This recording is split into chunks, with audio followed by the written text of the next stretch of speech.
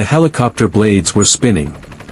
Elias Crane stood beside it, briefcase in hand. His security team surrounded him. 6 men in black suits. Grant Morrison, head of security, checked his watch. "Ready when you are, sir." Elias reached for the door handle. Then a voice cut through everything. "Don't get in that helicopter." Everyone froze. Elias stopped. His hand hovered over the handle. Grant spun around, hand moving toward his weapon. "What the? Please." The voice came again. "Don't get in." Elias turned. A girl stood at the fence. 10 years old, maybe. Torn jacket. Gripping the chain link like her life depended on it. Her eyes were wide. Terrified. Grant stepped forward. "Ma'am, you need to." "Wait," Elias said. "Sir, we're behind schedule." I said wait. Grant went silent. Elias walked toward the fence. His team followed, but he waved them back. The girl didn't run. Just stood there, shaking. He stopped in front of her. "What's your name?" "Sky," she whispered. "Why did you tell me not to get in, Sky?" The words spilled out fast. "2 men were here last night. Working on your helicopter. They had tools and they kept looking around like they didn't want anyone to see. One of them had a tattoo, a red bird. I was hiding in the hangar. They didn't know I was there. I heard them say something about making sure it goes off at altitude. I didn't understand, but it sounded wrong. Hey everyone, welcome back to Top Story. If you're new here, you just walked into something special. This channel, we tell stories that hit different. Stories about real courage. Real sacrifice. Real people who did the impossible when the world said they couldn't. And to my subscribers, my day ones, thank you. Seriously. You show up every single week. You comment. You share. You make this channel what it is. I don't take that for granted. If you are new here, subscribe to our channel and let us know where you are watching from in the comment section. Before we dive in, let me say a quick prayer for all of you watching right now. May God bless you wherever you are. May He protect your family, your health, and your future. May He open doors that no man can shut and give you strength for whatever battles you're facing today. May His favor follow you, His peace guard your heart, and His grace cover every mistake. In Jesus' name, type Amen in the comment section. May God answer our prayers. Alright. Now let's get into this story. Because what you're about to hear, it's going to change the way you see kindness, betrayal, and revenge forever. She gasped for breath. Elias turned to Grant. His voice was cold. Check the aircraft. Full sweep. Now. Sir, we already did pre-flight. Now. Grant pulled his radio. I need a full tactical sweep on the primary aircraft. Immediately. 3 specialists appeared. They swarmed the helicopter with equipment. Mirrors. Scanners. Gloved hands checking every surface. Elias crouched down to Sky's level. Where are your parents? She looked down. Don't have any. Where do you live? She pointed toward the far hangar. Around. Elias started to speak, but Grant's voice came through the radio. Sir. You need to see this. His tone said everything. Elias stood. He looked at Sky. Stay right there. Don't move. He walked toward the helicopter. Toward whatever they'd found. Grant stood by the open panel. His face was white. Elias approached. What is it? Grant didn't speak. Just pointed. Elias looked inside. A small black device. Wires. A blinking red light. His stomach dropped. Is that a bomb? Grant said. His voice was flat. Wired directly to the altitude sensor. The moment you hit 10,000 feet. He didn't finish. He didn't need to. Elias stared at the device. His mind raced. Who? Why? How long had it been there? One of the specialists leaned in with a scanner. C4.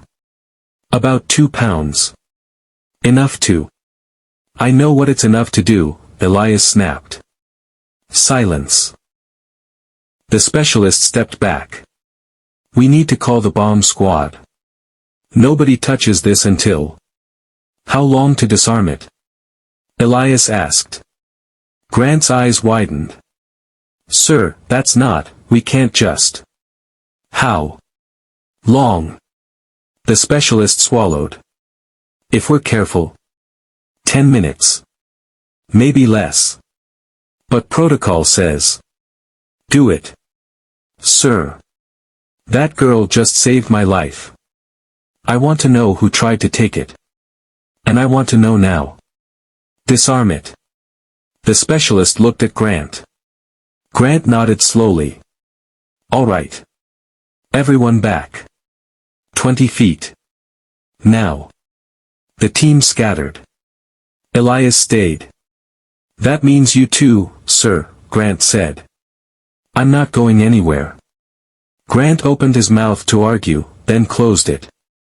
He knew that tone. Elias wasn't moving. The specialist pulled out a toolkit. His hands were steady, but sweat beaded on his forehead. He clipped a wire to the device. Then another. A small screen lit up. Timer's not active yet, he muttered. It's pressure-based. Altitude trigger. He worked in silence. 30 seconds. A minute. 2. Elias didn't breathe. Finally, the specialist pulled a wire free. The red light blinked once. Twice. Then went dark. He exhaled. We're clear. Grant stepped forward. Bag it. I want forensics on this in the next hour. The specialist carefully placed the device in a metal case. Locked it. Handed it to another team member who sprinted toward a waiting vehicle. Elias turned. Sky was still at the fence. Watching. He walked back to her. Slower this time. She looked up at him. Was I right? He nodded. You were right. What was it? He crouched down again. Something very bad. Something that would have hurt me. Her eyes went even wider. They really tried to. Yes. She was quiet for a moment. Then, are you going to be okay? Elias almost laughed. Almost. Here was a homeless girl who just stopped an assassination, and she was asking if he was okay. I think so, he said softly. Because of you. She looked down. I heard them talking. I didn't know what to do. I thought maybe if I told someone. You did exactly the right thing, Sky. You saved my life. She didn't respond. Just stared at her shoes. Grant appeared behind Elias. Sir, we need to move. If someone planted a bomb, they might still be. I know. Elias stood. He looked at Sky. Come with us. She blinked. What? You're not safe here. If they find out you saw them, if they know you told me. He shook his head. Come with us. Please. She hesitated. Then nodded. Elias held out his hand. She took it. And for the first time since the shout, Elias Crane realized something. Death had been 30 seconds away. And a 10-year-old girl was the only reason he was still breathing. Okay, real talk, how many of you saw that coming? A homeless kid just saved a billionaire's life and exposed a conspiracy. If this story is giving you chills, smash that subscribe button so you don't miss what happens next. And comment below, what would you have done in Sky's position? Let's talk about it. The conference room was silent. Elias sat at the head of the table. Sky was beside him, wrapped in a security jacket 3 sizes too big. Grant stood by the door. 5 other team members lined the walls. Everyone was staring at the metal case on the table. Inside it, the bomb that should have killed him. Elias's hands were clasped. His jaw was tight. "Talk," he said. Grant cleared his throat. "Forensics is still running tests, but preliminary shows professional work. Military grade C4. Clean wiring. No fingerprints. Whoever did this knew what they were doing. Who had access to the helicopter? That's the problem, sir. 23 people had clearance to that hangar in the last 72 hours. Maintenance crew. Fueling staff. Security rotations. Cleaners. Background checks. Everyone passed. No red flags. No criminal records. Nothing." Elias slammed his hand on the table. The sound cracked through the room like a gunshot. "Someone planted a bomb on my aircraft, Grant. Someone with access. Someone I trusted. And you're telling me you have nothing?" Grant's face was stone. "Sir, we're working every angle. Work faster." Silence. Elias turned to Sky. His voice softened. "You said you saw 2 men. Can you describe them?" She nodded slowly. "One was tall. Really tall. Maybe 6'3". He had dark hair. Kept it in a ponytail." Grant pulled out a tablet. Started typing. "The other one was shorter. Stocky. He had a beard. And the tattoo." "The red bird," Elias said. "Yeah. On his right arm. Like, here." She pointed to her forearm. It was red and black. The wings were spread out. Grant's fingers flew across the screen. "We can pull security footage. Cross-reference with staff photos. If they were here, we'll find them." "Do it now," Elias said. Grant nodded and left the room. Elias looked at Sky. "You're sure about the tattoo?" "I'm sure. I saw it when he rolled up his sleeve. They were working on something near the tail. They had this metal case. Tools. They kept whispering. Did you hear what they said?" She closed her eyes, trying to remember. The tall one said something like, "Make sure it's set for altitude."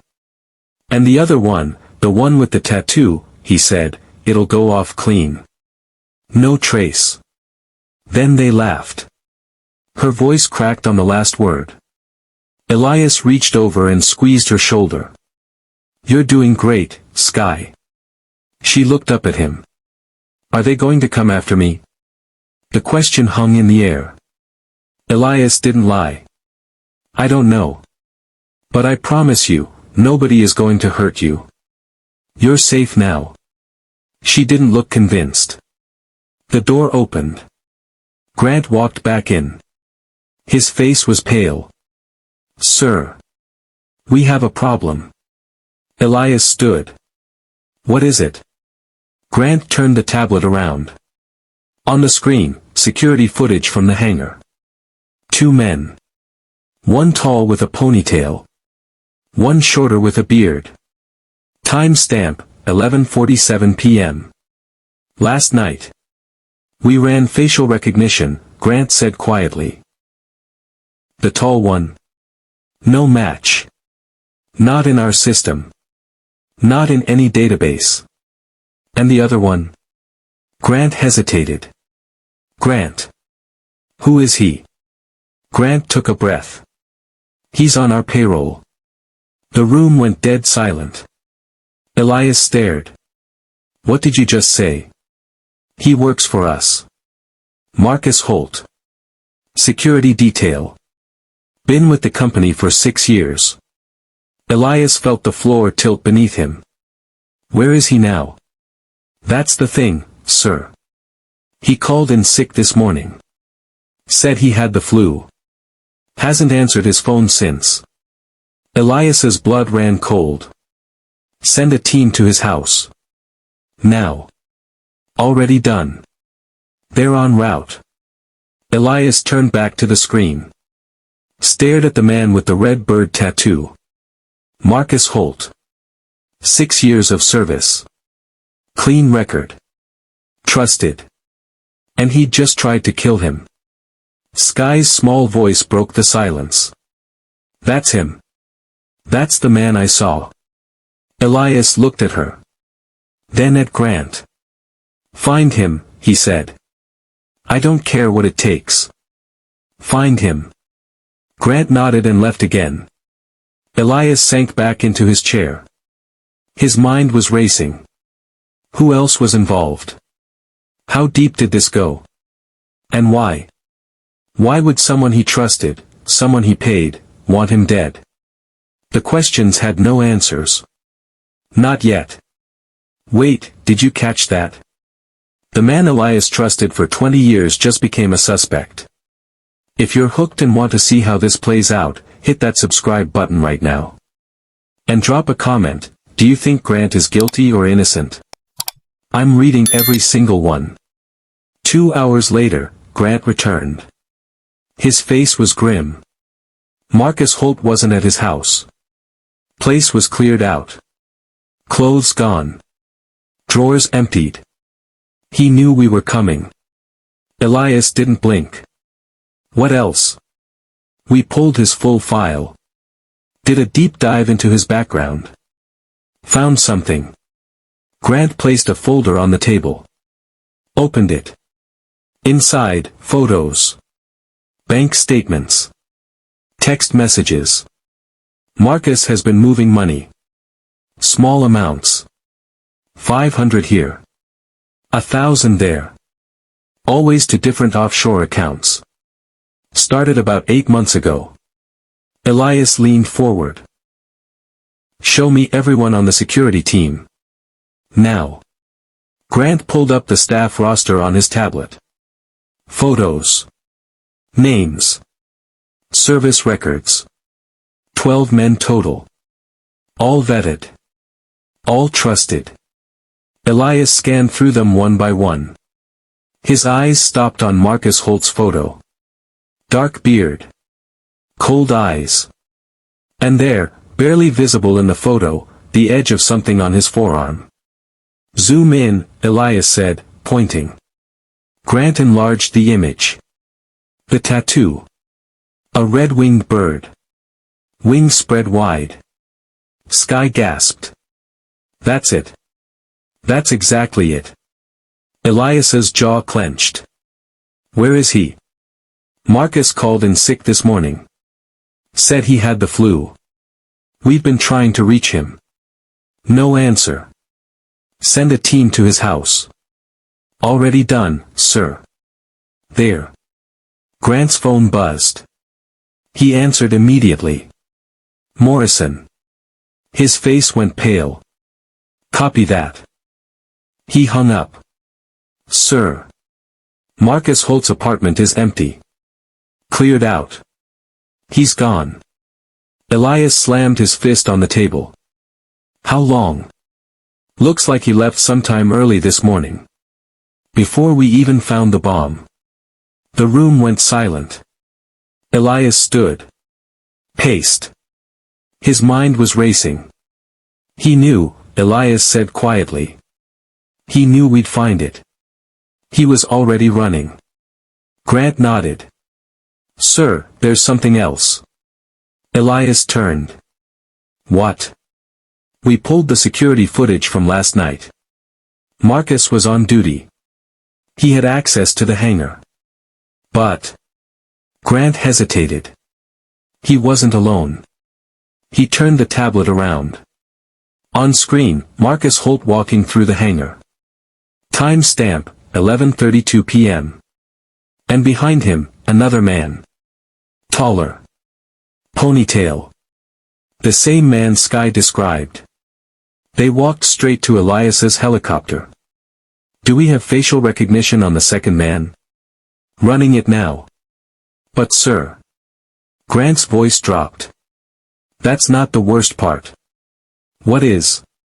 Grant swiped to another video. Different angle. Same time. Marcus was talking to someone off camera. Laughing. Relaxed. Then the camera angle shifted. And Elias saw who Marcus was talking to. His blood froze. Grant. Grant Morrison. Head of security. 20 years of service. The man Elias trusted more than anyone. Standing there. Talking to Marcus Holt. Right before the bomb was planted. Elias turned slowly. Stared at Grant. Grant's face was unreadable. Sir, I can explain. Explain. Elias's voice was ice. You were there. I was doing my rounds. Marcus said he was doing a final check on the aircraft. I didn't think anything of it.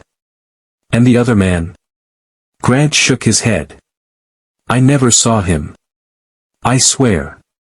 I talked to Marcus for maybe 30 seconds, then moved on. I didn't know. Didn't know. Or didn't want to know. Grant's jaw tightened. Sir, with all due respect. Respect? Elias laughed bitterly. You want to talk about respect? Someone tried to kill me, Grant. And you were there. Right there. I had nothing to do with this. Prove it. Silence. Grant slowly rolled up his right sleeve. Elias stared. Bare skin. No tattoo. Then Grant rolled up his left sleeve. Elias's heart stopped. There. On Grant's left wrist. A small tattoo. A red-winged bird. Sky gasped. That's it. That's the tattoo. Grant looked down at his own arm. His face went white. No. No, this isn't. How long have you had that? Elias's voice was deadly calm. Since I was 22.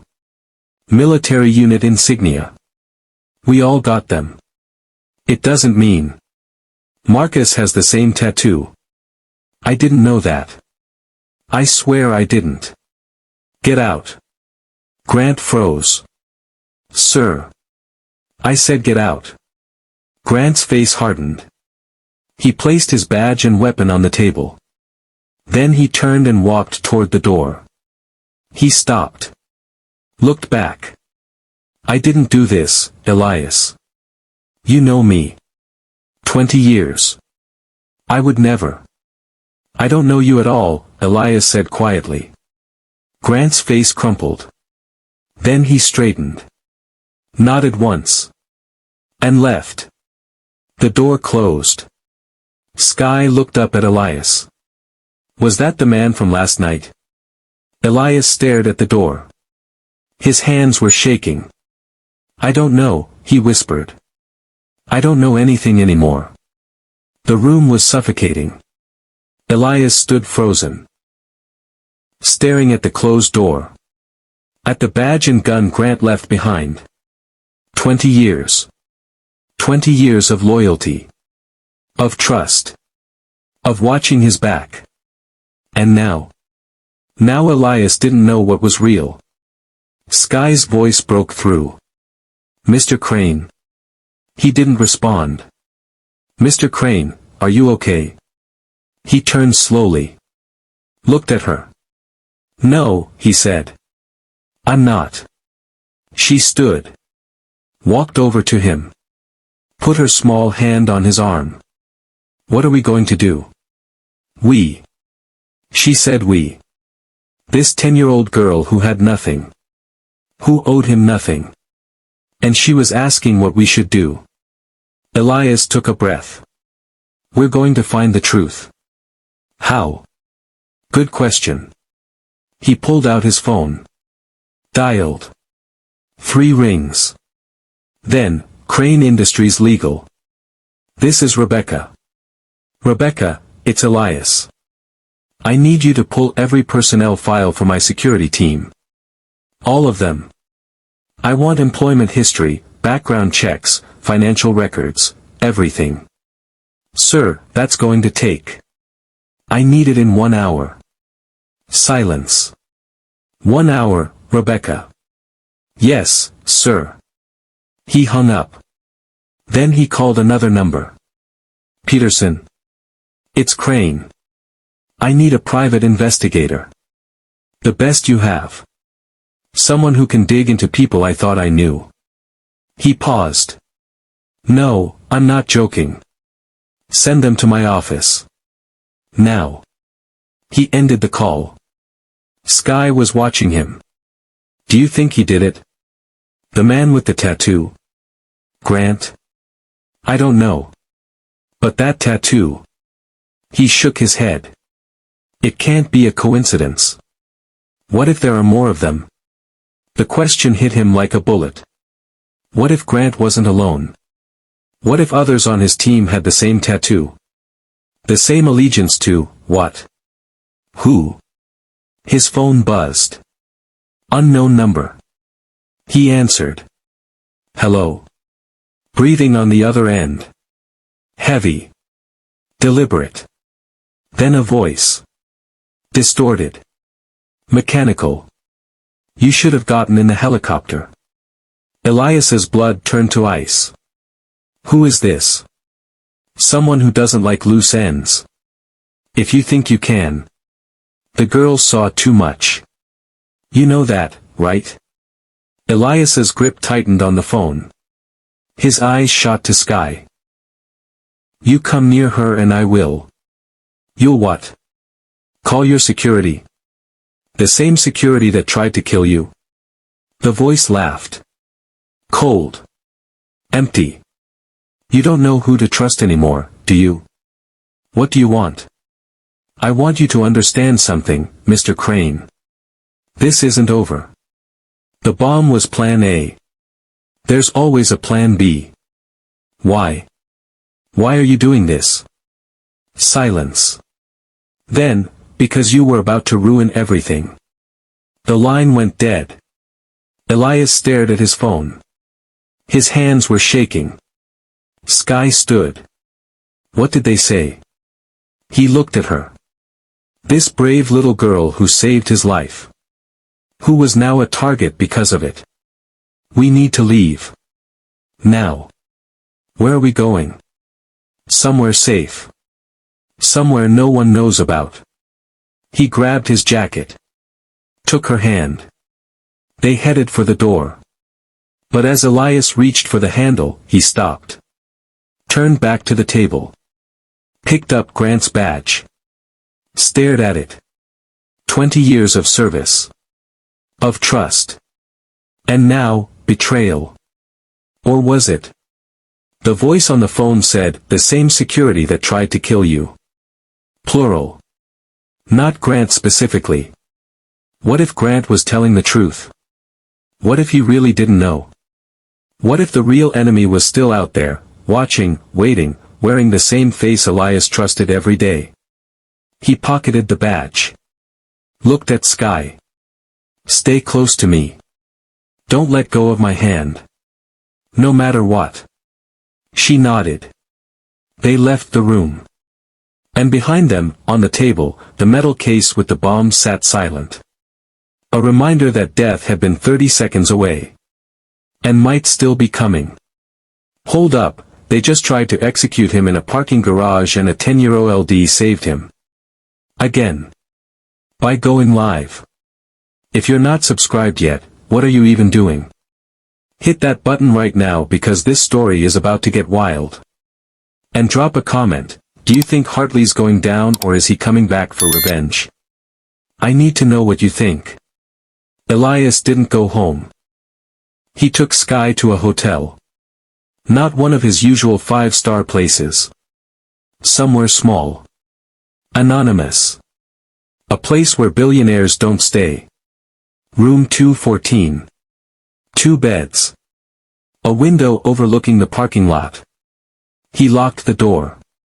Drew the curtains. Checked the bathroom. The closet. Under the beds. Sky sat on the edge of one bed, watching him. "Are they going to find us?" she asked quietly. "Not here. Not tonight." He hoped that was true. His phone buzzed. "Rebecca. Files are ready, sir. Sending them now." "Thank you." He opened his laptop.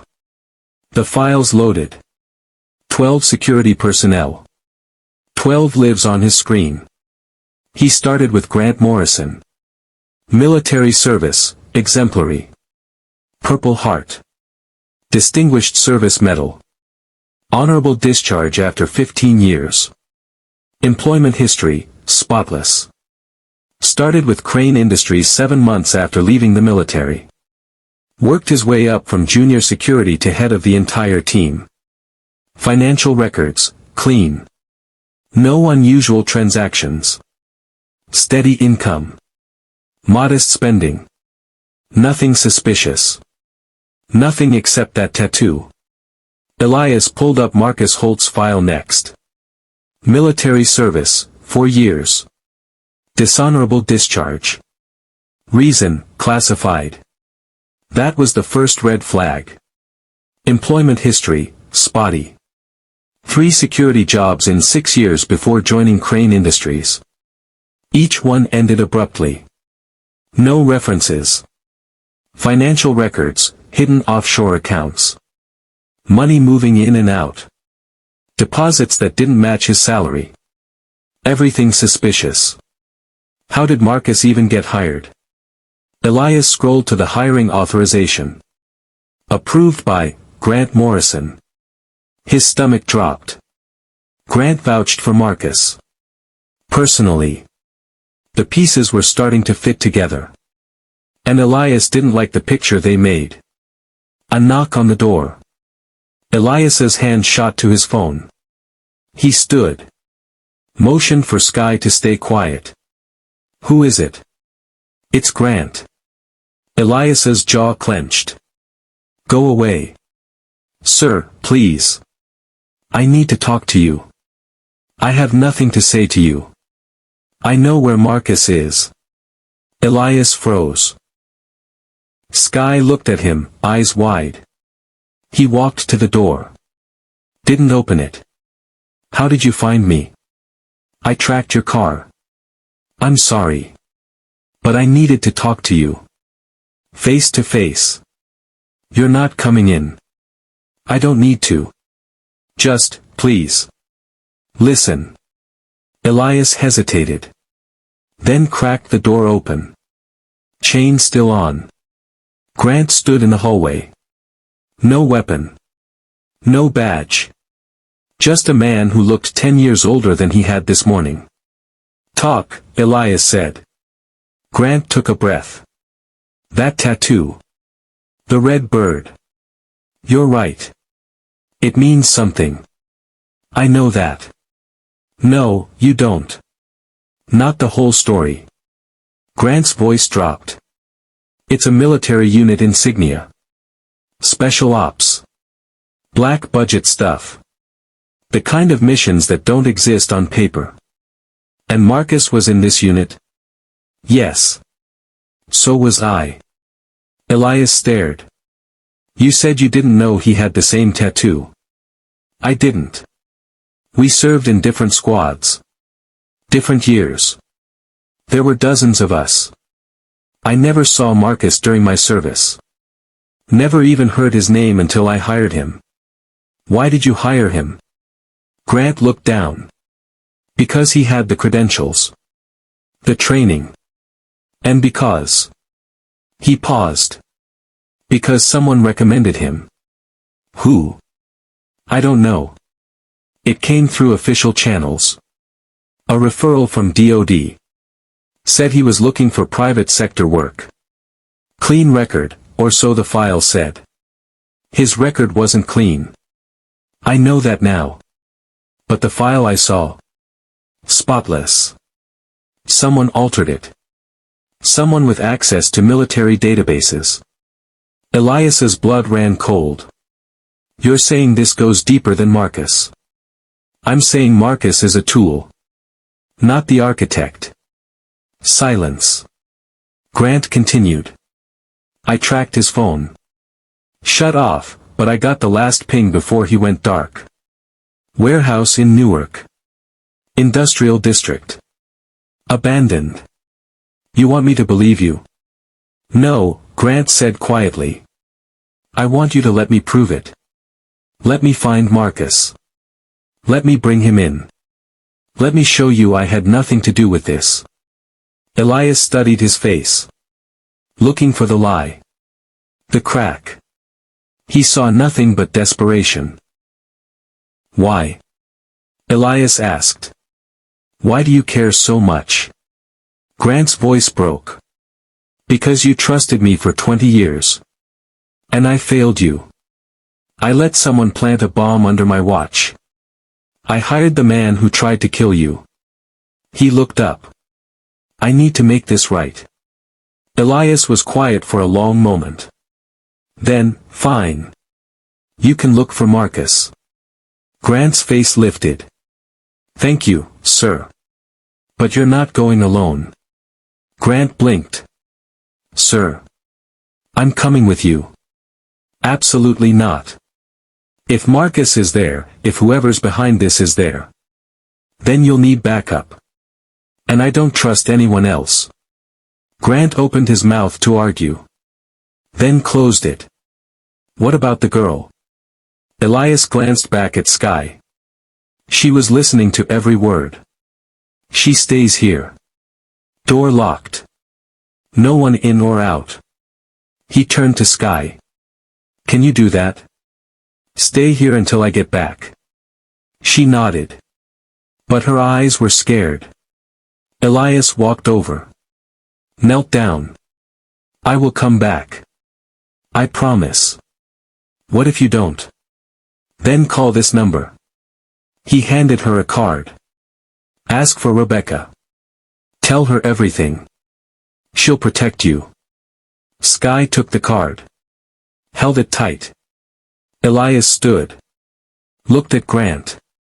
Let's go find Marcus. Grant nodded. And for the first time since the helicopter, Elias made a choice. Trust the man who might betray him. Or face the enemy alone. He chose trust. But kept his eyes open. The warehouse was dark. No lights. No cars. Just rusted metal and broken windows. Elias and Grant sat in a car across the street. Engine off. Watching. You sure this is the place? Elias asked. Grant checked his phone. Last ping was here. 3 hours ago. Could be a trap. Could be. They sat in silence. Then Grant spoke. Sir, before we go in, there's something you need to know. Elias turned. What? That phone call you got. The distorted voice. They said you were about to ruin everything. I remember. What were you working on? What were you about to expose? Elias thought back. Board meetings. Financial reports. Quarterly reviews. Then it hit him. The audit, he said quietly. Grant leaned forward. What audit? 2 months ago, I ordered a full financial audit of the company. Every department. Every account. I wanted to make sure we were clean before the new investor deal went through. And the auditors found discrepancies. Money moving through accounts that shouldn't exist. Shell companies. Offshore transfers. Grant's face darkened. How much? 47 million. Maybe more. Grant whistled low. That's not petty theft. That's organized. I was supposed to present the findings to the board next week. I was going to demand answers. Possibly involve authorities. Who knew about this? Elias thought. The auditors. My CFO. A few senior executives. And. He stopped. And who? The board. I sent them a preliminary report. Told them we needed to talk. Grant's jaw clenched. How many board members? 8.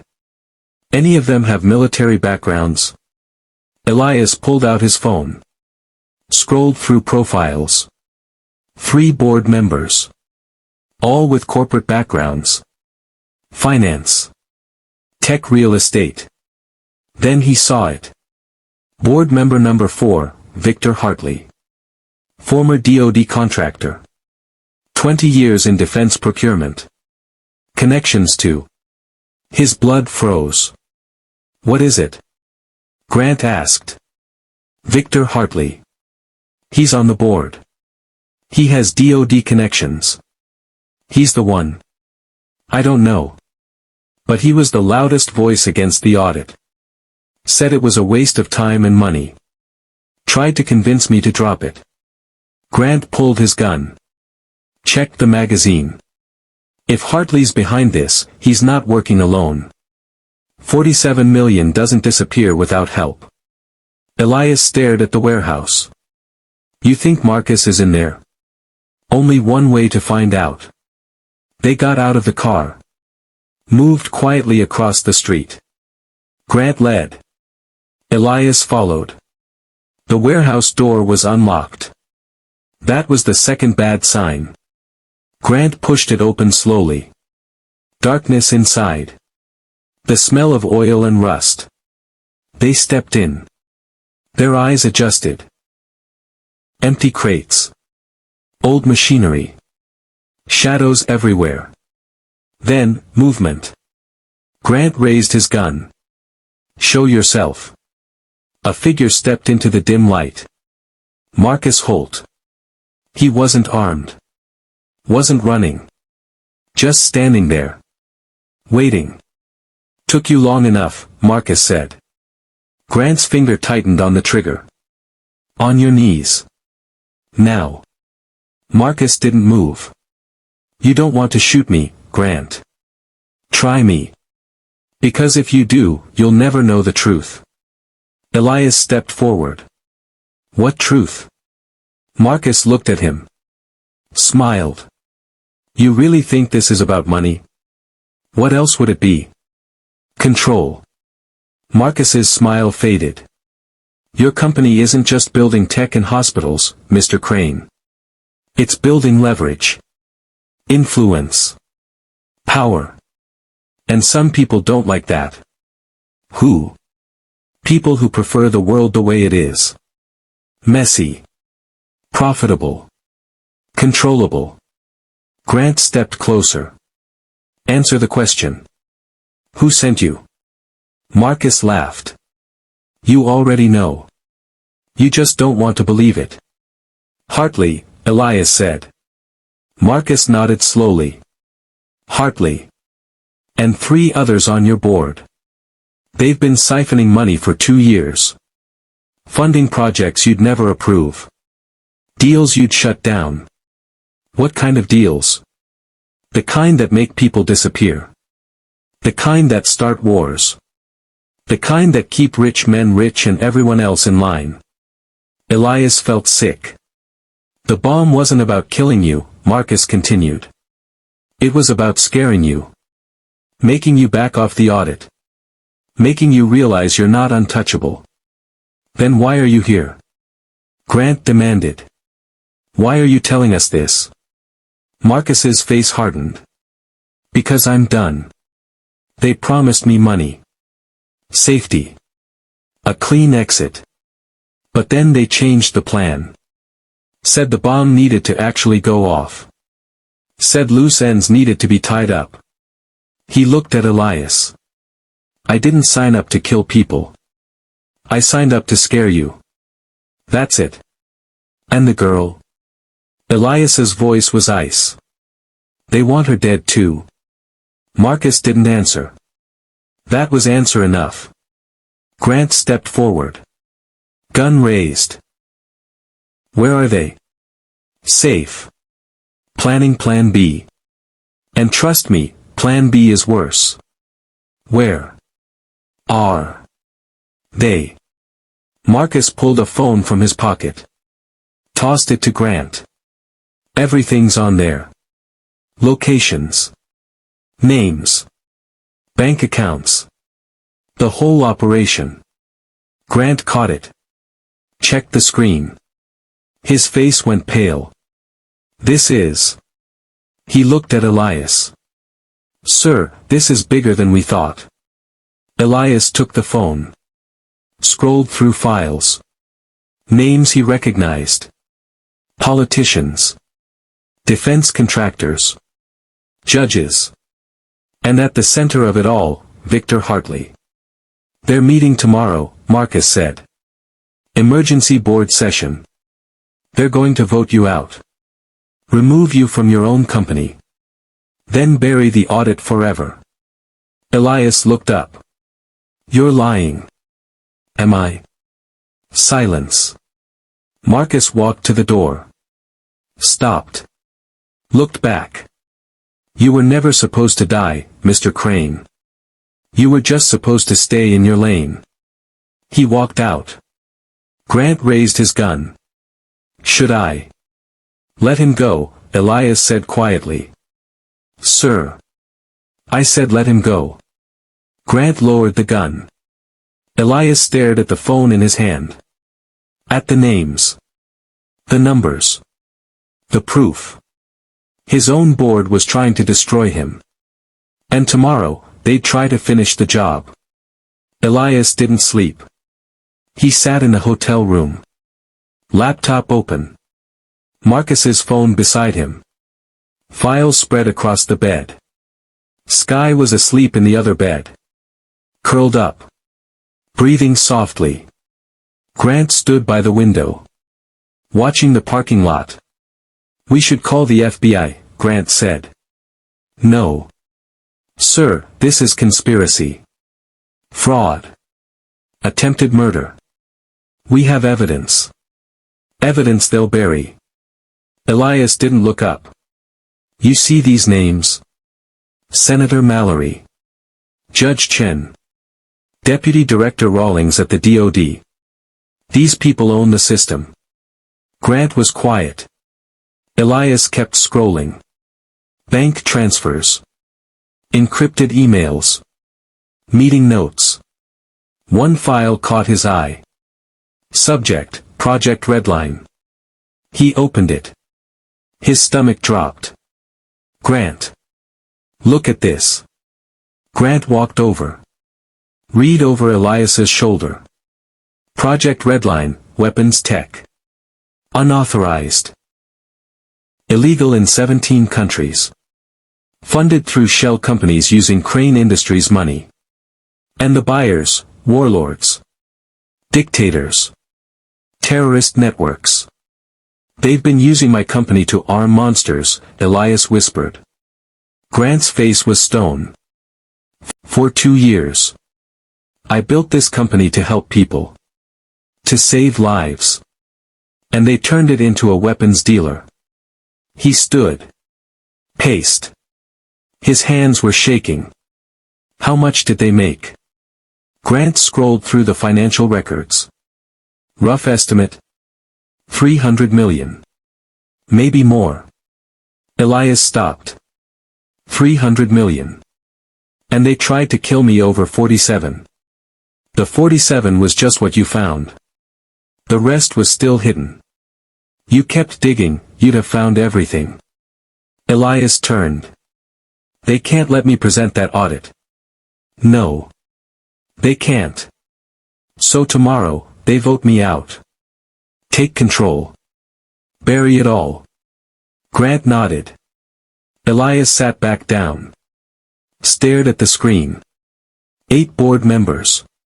4 were dirty. Hartley. Simmons. Park. Duval. The other 4. Clean. Or at least not involved. Maybe. He needed 5 votes to block the removal. He had his own vote. That was 1. He needed 4 more. What if I go to the clean ones? Elias said. Show them this. Get them on my side. You trust them. I don't trust anyone. But I don't have a choice. Grant checked his watch. Board meeting is at 10. That's 8 hours. Then we start making calls. Elias pulled up the first name. Margaret Chen. Former federal prosecutor. Clean record. Strong ethics. He dialed. 3 rings. Then a groggy voice. Hello. Margaret, it's Elias. I'm sorry to call so late. Elias? Do you know what time it is? I need to talk to you. Before the board meeting. Pause. What's this about? I can't say over the phone. Can you meet me? 6 a.m. Somewhere private. Elias, what's going on? Please, Margaret. Trust me. 6 a.m. I'll send you the address. Long silence. Fine. 6 a.m. She hung up. 1 down. Elias dialed the next number. Robert Finch. Tech entrepreneur. Bought his way onto the board 3 years ago. No answer. He tried again. Still nothing. 3rd call. Voicemail. Robert, it's Elias Crane. We need to talk before tomorrow's meeting. It's urgent. Life and death. Call me back. He hung up.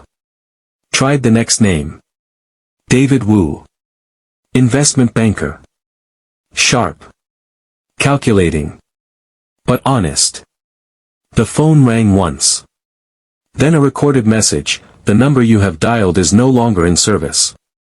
Elias's blood ran cold. His phone's disconnected. Grant's face darkened. When? Elias checked the call history. I talked to him 3 days ago. It was working then. That's not a coincidence. No. It's not. Elias stood. They got to him. Either he's dead or he's hiding. Or he's one of them. Elias didn't want to believe that. But after everything, he didn't know what to believe anymore. Last name. Patricia Reeves. CFO before she joined the board. She knew the numbers better than anyone. If anyone could see through the fraud, it was her. He dialed. 1 ring. Elias. Her voice was tight. Careful. Patricia. Don't say anything. Not on this line. What? My house is being watched.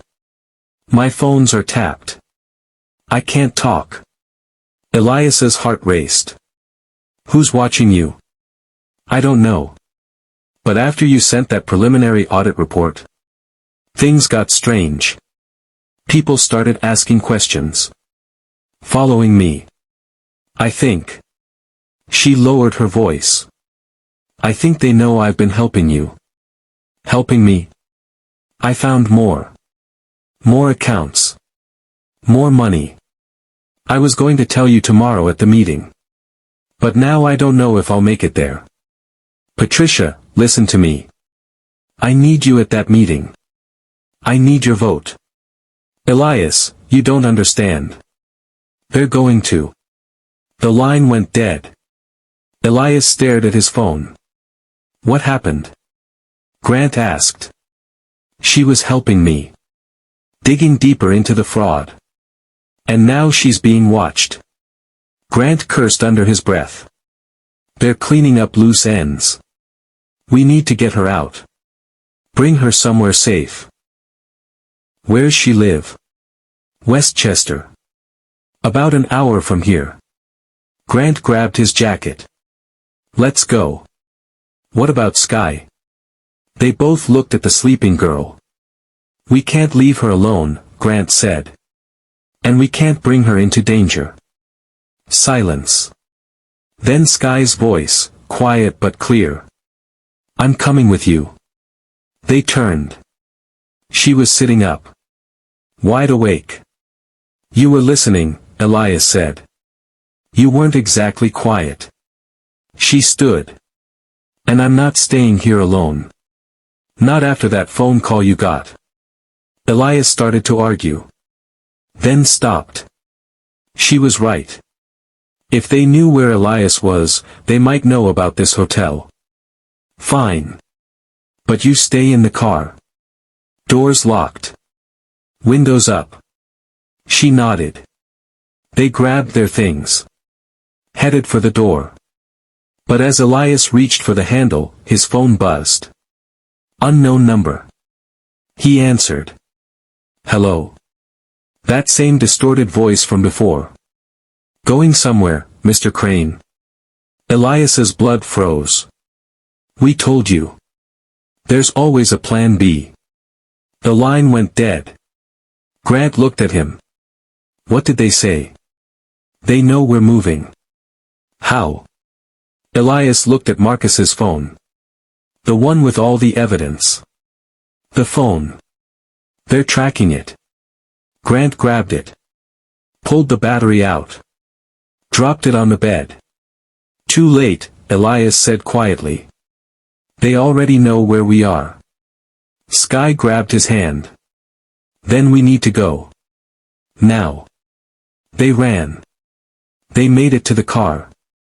Grant drove. Fast. No headlights until they hit the main road. Elias kept checking the mirrors. Looking for tails. For shadows. Nothing yet. Sky sat in the back. Silent. Holding her knees.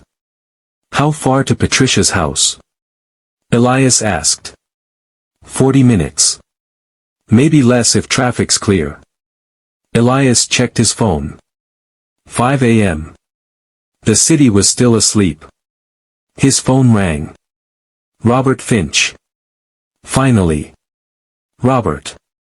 Elias, what the hell is going on? Robert's voice was panicked. I just got a call. Someone saying if I show up to the board meeting tomorrow, I'm making a mistake. A fatal mistake. Who called you? I don't know. Blocked number. But they knew things, Elias. They knew about my daughter's school. My wife's schedule. They weren't making empty threats. Elias's jaw clenched. Robert, listen to me. They're trying to scare you. Don't let them. Scare me. They threatened my family. I know. And I'm going to stop them. But I need you at that meeting. I need your vote. My vote? Elias, they're trying to kill you. You understand that, right? This isn't about business anymore. It never was about business. It's about control. Power. And if we don't stop them tomorrow, they win. They take everything. Silence on the line. Robert. Please. I can't. I'm sorry. My family comes first. They'll come after you anyway. Whether you vote or not. You know too much now. Robert's breathing was heavy. Panicked. Then what do I do? You show up. You vote with me. And we end this. Long pause. I'll think about it. He hung up. Grant glanced over. We losing him? Maybe. They got to him. Threatened his family. Smart. Isolate you. Turn your allies against you. Elias stared out the window. How many votes do I have? Margaret said she'd meet you. That's one. Patricia's trying to help. If we get her out, that's two. Robert's a maybe. That's three at best. I need 5. Then we're short. What about you? Grant looked at him. sir. You were head of security. You sat in on board meetings. You had advisory privileges. I didn't have a vote. But you had a voice. The board listened to you. Grant shook his head. Not anymore. Not after today. I'm the guy who let a bomb get planted. I'm done. You're the guy who's helping me stop this. That counts for something. Grant didn't respond. They drove in silence. 20 minutes later, they pulled onto Patricia Street. Quiet neighborhood. Big houses. Manicured lawns. Patricia's house was dark. No cars in the driveway. No lights on. That's not right, Elias said. She should be awake. Waiting for us. Grant parked 2 houses down. Cut the engine. Stay here, he told Sky. She nodded. Elias and Grant got out. Moved quietly toward the house. The front door was cracked open. Grant pulled his gun. Motioned for Elias to stay back. He pushed the door open. Stepped inside. Silence. Elias followed. The house was a mess. Furniture overturned. Papers scattered. A broken lamp on the floor. Patricia. Elias called out. No answer. They moved through the living room. Into the kitchen. Still nothing. Then Grant stopped. Stared at the floor. Blood. Not a lot. Just a few drops. Leading toward the back door. Grant followed the trail. Elias stayed close. The back door was open. Leading to the yard. They stepped outside. And there, at the edge of the property, was Patricia. Sitting on the ground. Back against a tree. Hands tied. Patricia. Elias ran toward her. She looked up. Her face was bruised. Lip split. Eye swollen. Elias, don't. Her voice was weak. Grant reached her first. Checked her restraints. Who did this? He demanded. She coughed. Blood on her lips. They came, 2 hours ago. 2 men. Wanted the files. The evidence I found. Did you give it to them? She smiled through the pain. No. I burned it. Before they got here. Told them it was gone. Where's the original? She looked at Elias. In your office. Hidden. I put it there 3 days ago. Behind the bookshelf. The one your father gave you. Elias's chest tightened. His father's bookshelf. The one thing he'd never move. Never touch. Why didn't you tell me? I was going to. Tomorrow. At the meeting. But they found out I was helping you. She coughed again. They're watching everything, Elias. Everyone. You can't trust anyone. Grant cut the ropes. Helped her stand. She winced. They said if I show up tomorrow, they'll kill me. And my sister. And her kids. We'll protect them. She laughed bitterly. How? You can't even protect yourself. Grant's radio crackled. A voice. Urgent. Grant, it's Marcus. If you're listening, get out of there. Now. They're coming. Elias froze. How does he have your frequency? I don't know. The radio crackled again. I'm serious. They're 2 minutes out. Black SUVs. Armed.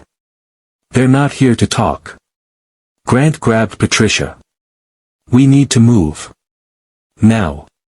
They ran back through the house. Out the front door. Sky was still in the car. Eyes wide. She'd heard everything on Grant's radio. Get in the back, Grant barked at Patricia. She climbed in. Elias jumped in front. Grant started the engine. Headlights appeared at the end of the street. 2 black SUVs. Moving fast. Go! Elias shouted. Grant floored it.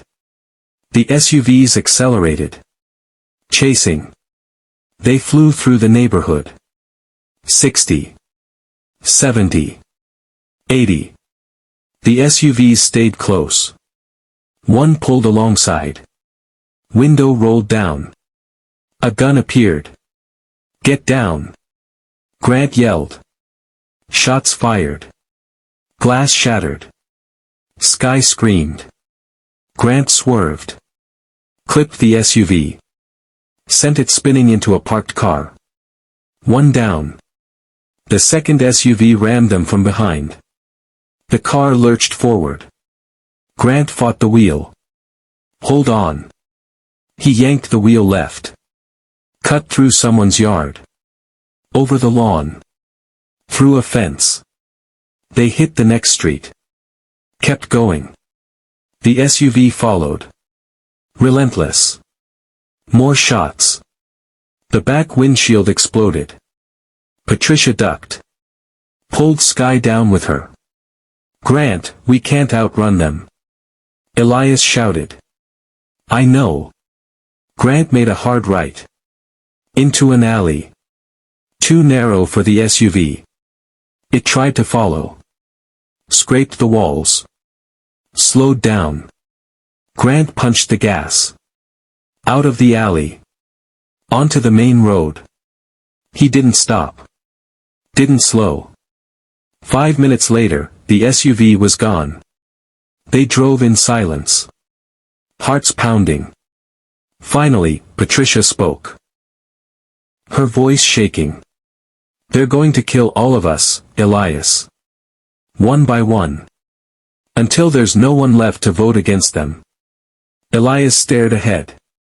Jaw clenched. Then we make sure they don't get the chance. They pulled into an underground parking garage. Downtown.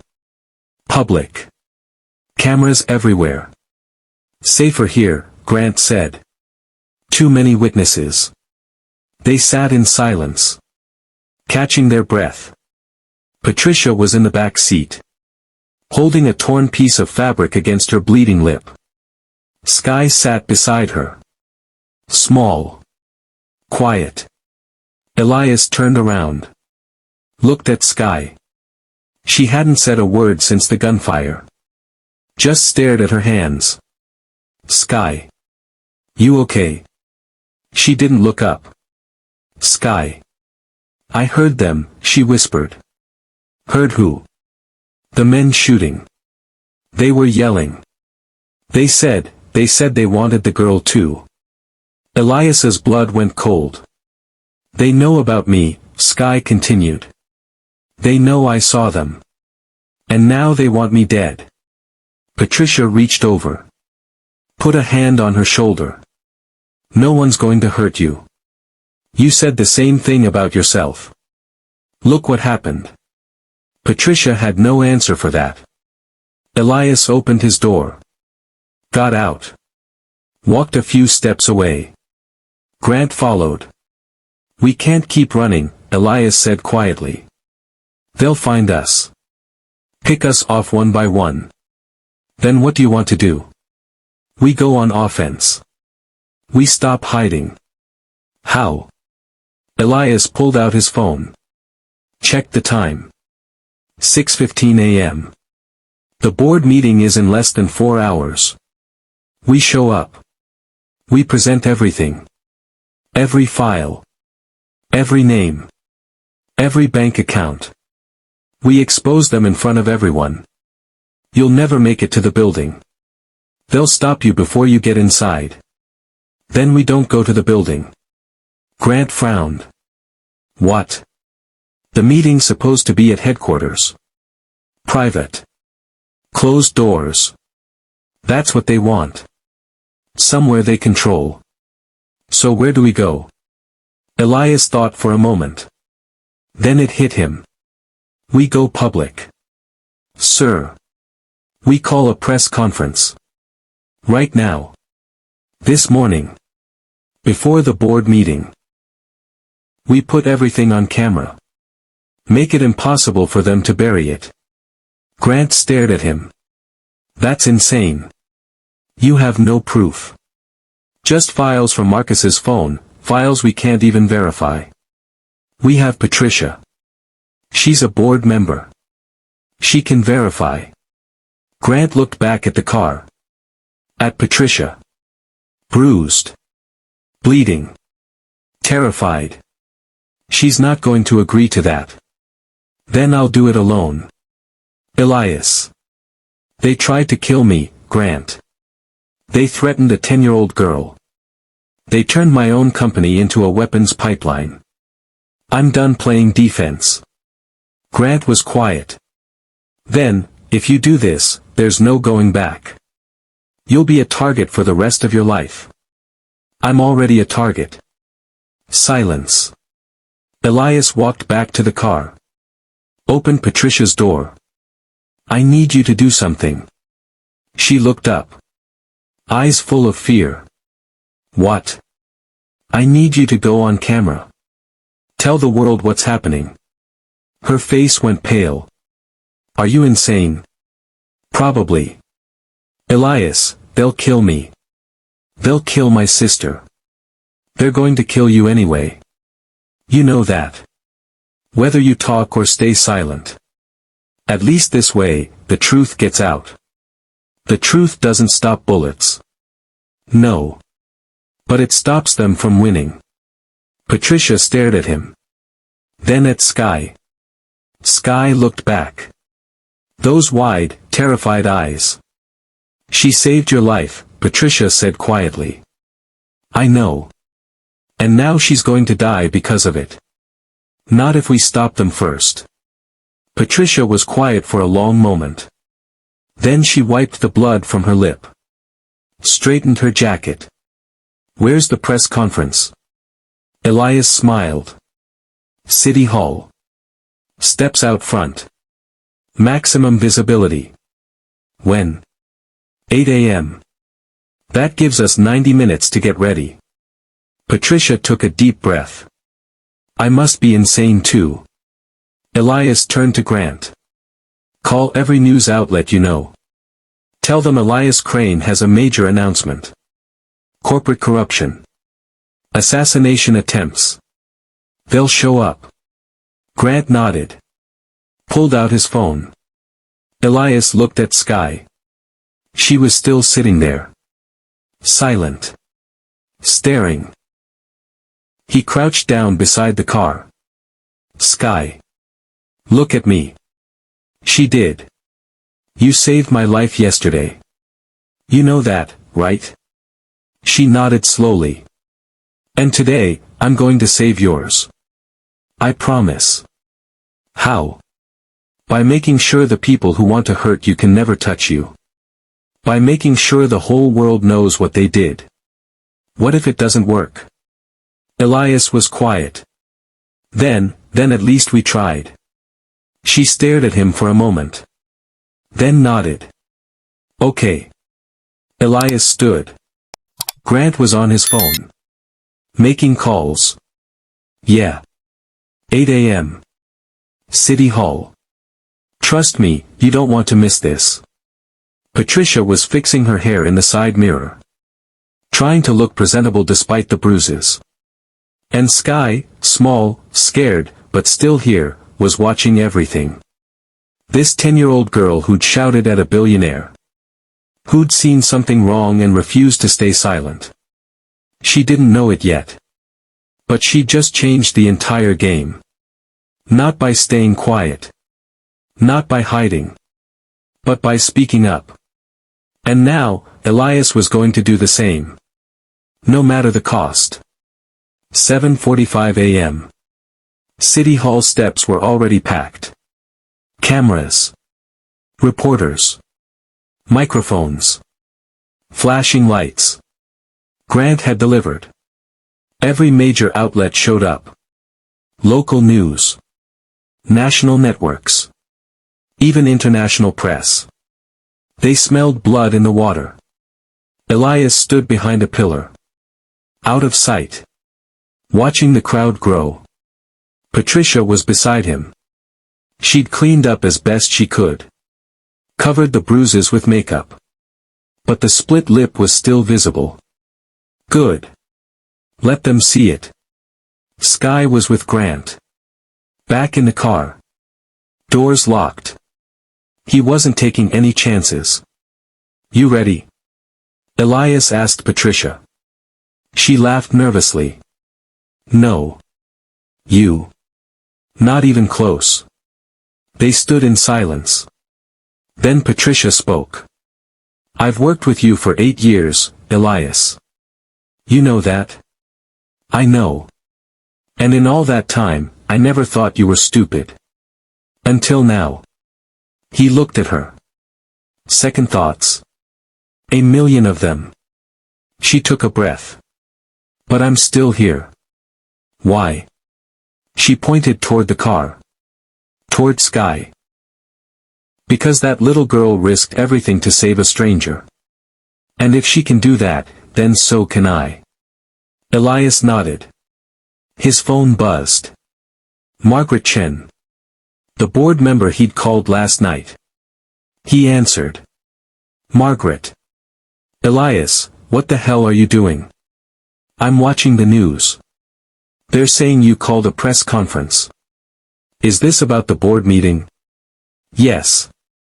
Are you out of your mind? You can't. Margaret, I need you to listen. Everything I'm about to say is true. Victor Hartley and 3 other board members have been stealing from the company. Millions. Possibly hundreds of millions. They've been funding illegal weapons deals. And when I tried to expose them, they tried to kill me.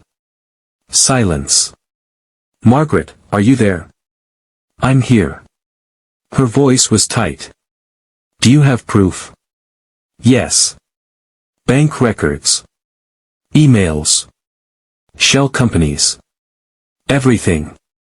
Then why not go to the authorities? Because half the authorities are on their payroll. More silence. Margaret, I need your vote today. At the meeting. If Hartley tries to remove me, I need you to vote no. Elias, if what you're saying is true. It is. Then you're about to destroy this company. The board. The reputation. Everything we've built. Better to destroy it than let it become a weapons dealer. She was quiet for a long moment. I'll be at the meeting, she finally said. But I'm not promising anything. She hung up. Elias pocketed his phone. Grant appeared. It's time. Elias took a breath. Looked at Patricia. Let's go. They stepped out from behind the pillar. The crowd saw them immediately. Cameras swung around. Reporters surged forward. Mr. Crane. Mr. Crane. Is it true you were almost killed? What's this press conference about? Elias walked to the microphone. Patricia stood beside him. The crowd went silent. Elias looked out at the cameras. At the faces. At the world watching. This was it. No going back. My name is Elias Crane, he began. And I'm here to tell you the truth about my company. The cameras flashed. 2 days ago, someone tried to kill me. They planted a bomb in my helicopter. It was wired to detonate at 10,000 feet. If it had gone off, I wouldn't be standing here. The crowd murmured. I survived because of a 10-year-old girl. A homeless child who saw something wrong and refused to stay silent. She saved my life. More murmurs. Since then, I've discovered why someone wanted me dead. It's because I was about to expose a conspiracy within my own company. Members of my board have been stealing millions. Funneling money through shell companies. Using my company to fund illegal weapons deals. The crowd erupted. Questions shouted from every direction. Elias raised his hand. I have evidence. Bank records. Names. Dates. Everything. And I'm turning it over to federal authorities today. Who's behind this? A reporter shouted. For members of my board. Victor Hartley. James Simmons. David Park. And Richard Duval. The cameras went wild. These men used my company, built to help people, and turned it into a weapon. They armed dictators. Terrorists. Warlords. All while pretending to be legitimate businessmen. He paused. And when I tried to stop them, they tried to kill me. Patricia stepped forward.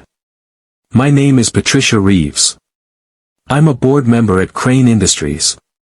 And everything Mr. Crane just said is true. I helped uncover the fraud. And last night, 2 men broke into my home. Beat me. Threatened my family. All to keep me silent. She pointed to her bruised face. The cameras zoomed in. But I'm not staying silent, she said. Because if we don't stop this now, they'll keep doing it. To others. To anyone who gets in their way. The crowd was in chaos. Reporters screaming questions. Cameramen pushing forward. Elias raised his voice. In 2 hours, there's a board meeting. Victor Hartley and his associates plan to vote me out. Remove me from my own company. So they can bury this forever. He looked directly into the cameras. I'm not letting that happen. And I'm asking anyone who believes in accountability, in justice, to stand with me. He stepped back from the microphone. The reporters swarmed. Questions flying. Grant appeared. Pushed through the crowd. We need to move. Now. Why? Grant pointed. Across the street. A black SUV. Just sitting there. Watching. They're here, Grant said. Elias's stomach dropped. He grabbed Patricia. Stay close. They pushed through the crowd. Toward the car where Sky was waiting. But the SUV was already moving. Cutting through traffic. Heading straight for them. Run! Grant shouted. They ran. The SUV accelerated. Elias reached the car. Yanked the door open. Sky was in the back seat. Eyes wide. Get down, he yelled. She ducked. The SUV screeched to a stop 10 feet away. Doors opened. 2 men stepped out. Armed. Grant pulled his gun. Federal officer. Drop your weapons. The men didn't move. One of them smiled. No, you're not. You're just a guy who failed to protect his boss. Grant's jaw clenched. The man raised his gun. Aimed at Elias. Should have gotten in the helicopter. Time slowed. Elias saw the finger tighten on the trigger. Saw Grant step in front of him. Saw the barrel flash. The shot echoed through the street. But it wasn't Elias who fell. It was Grant. Grant hit the ground. Blood spreading across his chest. No. Elias dropped beside him. The crowd screamed. People scattered. Cameras still rolling. The gunman raised his weapon again. But sirens cut through the chaos. Police. Dozens of them. Responding to the commotion. The 2 men looked at each other. Then ran. Back to the SUV. Tires screaming as they fled. Elias pressed his hands against Grant's chest. Stay with me. Stay with me. Grant's eyes were unfocused. Blood on his lips. Sir. Don't talk. Just hold on. Paramedics pushed through. Loaded Grant onto a stretcher. He's losing too much blood. Get him to the hospital. Now. They lifted him. Rushed him to the ambulance. Elias tried to follow. But a police officer stopped him. Sir, we need to secure the scene. That's my friend. Sir, please step back.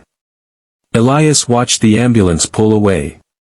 Sirens wailing. Patricia appeared beside him. Face pale. Is he? I don't know. Police swarmed the area.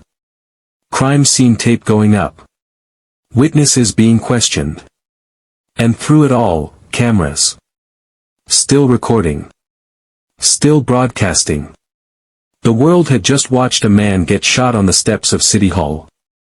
A reporter pushed through. Microphone in Elias's face. Mr. Crane, do you believe that shooting was connected to your allegations? Elias stared at the camera. At the lens. Yes. Do you fear for your life? Every second. Will you still attend the board meeting? Elias was quiet for a moment. Then, absolutely. The reporter blinked. Even after what just happened. Especially after what just happened. They just proved everything I said was true. They're willing to kill in broad daylight. In front of witnesses. In front of cameras. That's not the behavior of innocent men. He turned and walked back to the car. Sky was still in the back. Shaking. Tears streaming down her face. Is he dead? She whispered. No. He's going to be okay. He hoped that was true. Patricia got in the passenger seat. What now? Elias checked his watch. 9:30 a.m. Now we go to the board meeting. Elias, you can't be serious. They just tried to kill you. Again. And the whole world saw it. Every news outlet. Every camera. They can't hide anymore. They can still kill you. Then let them try. But I'm not backing down. He started the car. Patricia stared at him. You've lost your mind. Maybe. But I'm finishing this. 10 a.m. Crane Industries headquarters. 47th floor. Boardroom. Elias walked through the doors. The room fell silent. 8 board members sat around the table. Victor Hartley at the head. They all stared. You're late, Hartley said coldly. I got held up. Someone tried to kill me. Again. Hartley's face was stone. We saw. Unfortunate. Unfortunate. Elias walked to his seat. A man took a bullet for me an hour ago. That's more than unfortunate. Nevertheless, we have business to conduct. Elias sat down. Patricia took the seat beside him. Margaret Chen was there. Looking uncomfortable. Robert Finch too. Eyes darting nervously. The 4 conspirators sat together. Hartley. Simmons. Park. Duval. United. Confident. Let's get started, Hartley said. First order of business. A vote of no confidence in Elias Crane as CEO. On what grounds? Margaret asked. Gross misconduct. Reckless endangerment of company assets. Unauthorized investigations. And as of this morning, public defamation. Defamation? Elias laughed. I told the truth. You made wild accusations without board approval. You damaged our reputation. Cost us billions in stock value. That alone is grounds for removal. Or maybe the stock dropped because investors realized you've been stealing from them. Hartley's eyes narrowed. Careful, Elias. Why? What are you going to do? Kill me? You already tried.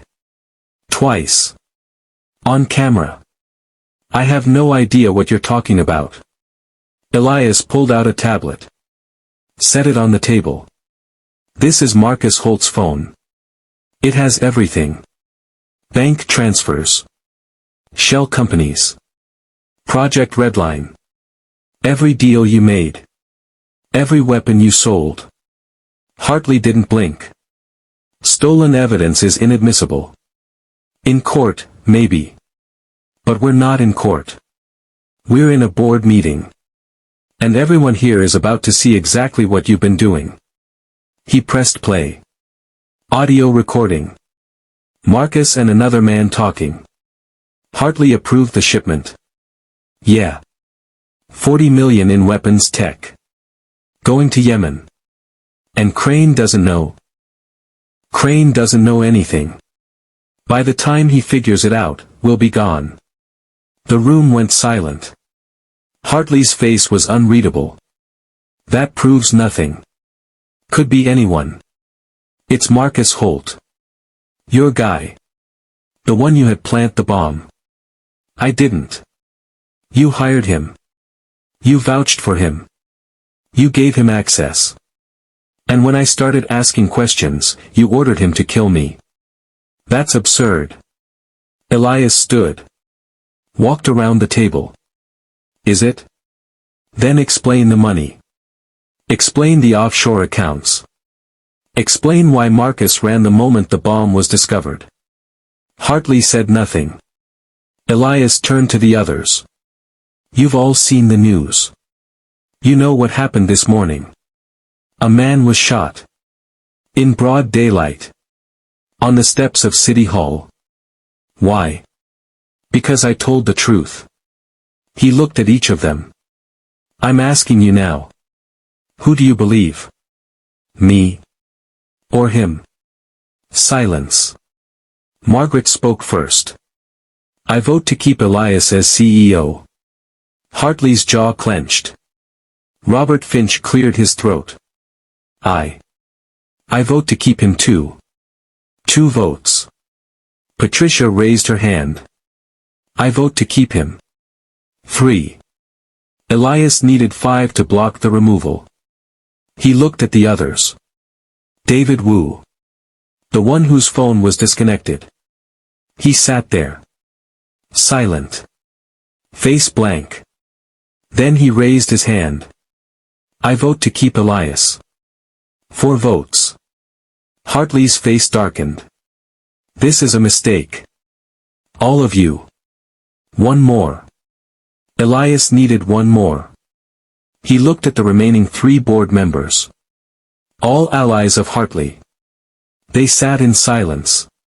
Then, movement. James Simmons. One of the conspirators. He stood. I vote to remove Elias Crane. Park stood. I vote to remove him. Duval stood. I vote to remove him. 4-4. Tie. Hartley smiled. In the event of a tie, the chairman casts the deciding vote. He looked at Elias. I vote to remove Elias Crane. Effective immediately. The room exploded. Margaret stood. This is illegal. You can't. I just did, Hartley said calmly. Security will escort Mr. Crane from the building. The doors opened. 4 security guards entered. But they weren't Crane Industries security. They were the same men from the SUV. The same men who shot Grant. Elias's blood went cold. Hartley smiled. Gentlemen. Please remove Mr. Crane. Permanently. The guards moved forward. Elias backed up. Hands raised. You're going to kill me. Here. In front of witnesses. Hartley stood. No one's killing anyone. We're simply escorting you out. Those are the men who shot Grant Morrison. Prove it. Margaret stood. Victor, this is insane. You can't. Sit down, Margaret. I will not. One of the guards turned. Pointed his gun at her. She froze. Sit down. Margaret slowly sat. The room was silent. Terrified. Elias looked at Patricia. At Robert. At Margaret. They were trapped. All of them. Walk, the guard said. Gun trained on Elias. Elias didn't move. The whole world is watching. Every news station is outside this building. You think you can just walk me out and disappear me? We're not disappearing you, Hartley said smoothly. We're relocating you. For your own safety. After this morning's incident, we feel it's best if you lie low for a while. Lie low. Or lie dead.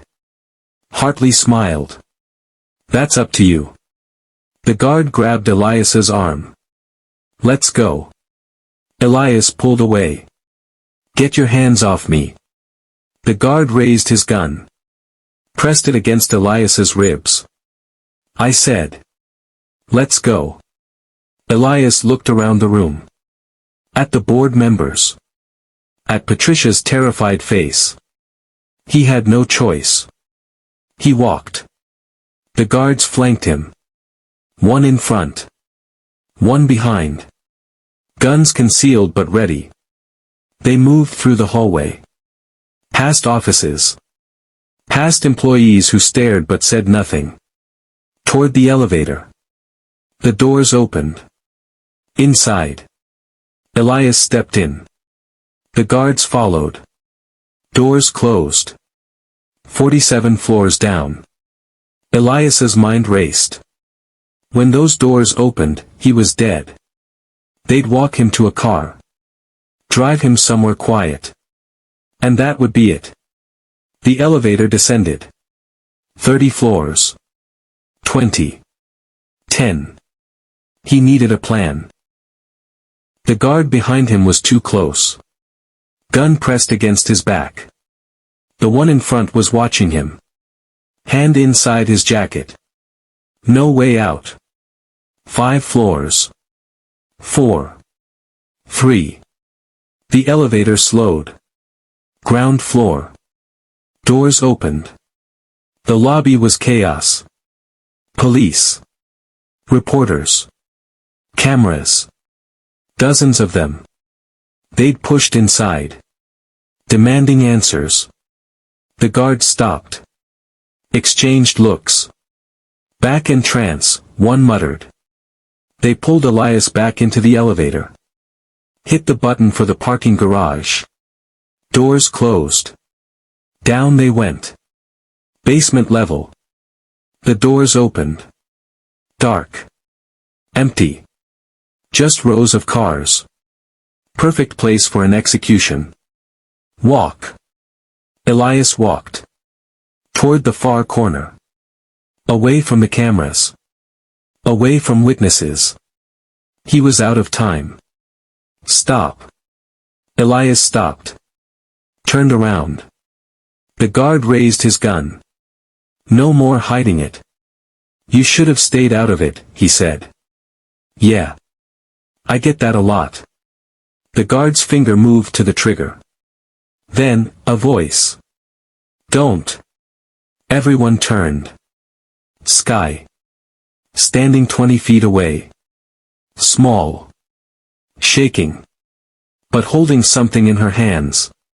A phone. I'm recording, she said. Her voice trembled but held firm.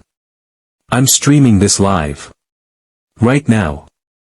Thousands of people are watching. The guard lowered his gun slightly. Kid, put the phone down. No. I said put it down. And I said no. She raised it higher. Everyone can see you. They can see your face. They know what you're about to do. The guard looked at his partner. Then back at Sky. You're bluffing. Am I? She turned the phone around. Showed the screen. Live count, 4,832 viewers. Comments flooding in. Call the police. Someone save him. I'm calling 911. The guard's face went pale. Shut it off. Make me. He started toward her. Take one more step and everyone watching will see you hurt a child. He stopped. Sirens. Distant but getting closer. Someone watching the stream had called the police. The guards looked at each other. Then at Elias. This isn't over, one of them said. They ran toward a black SUV parked in the corner. Engine roared.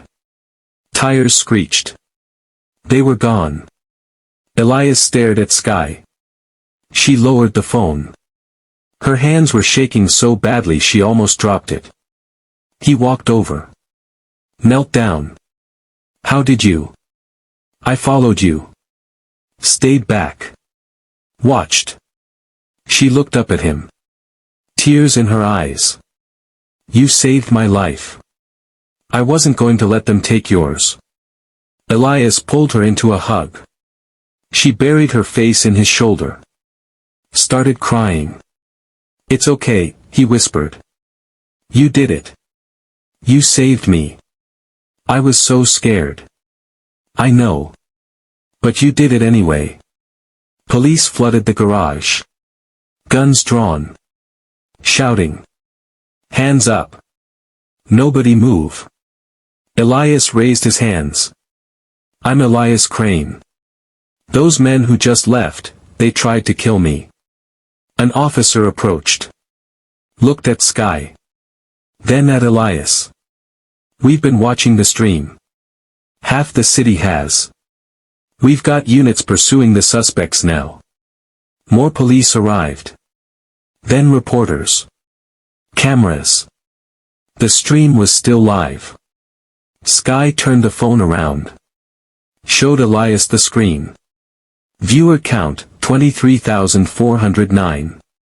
And climbing. The world was watching. A reporter pushed through. Mr. Crane. Is it true Victor Hartley tried to have you killed? Elias looked at the camera. Yes. What are you going to do now? Elias looked down at Sky. At this brave little girl who'd risked everything. Twice. I'm going to finish what we started. He took Sky's hand.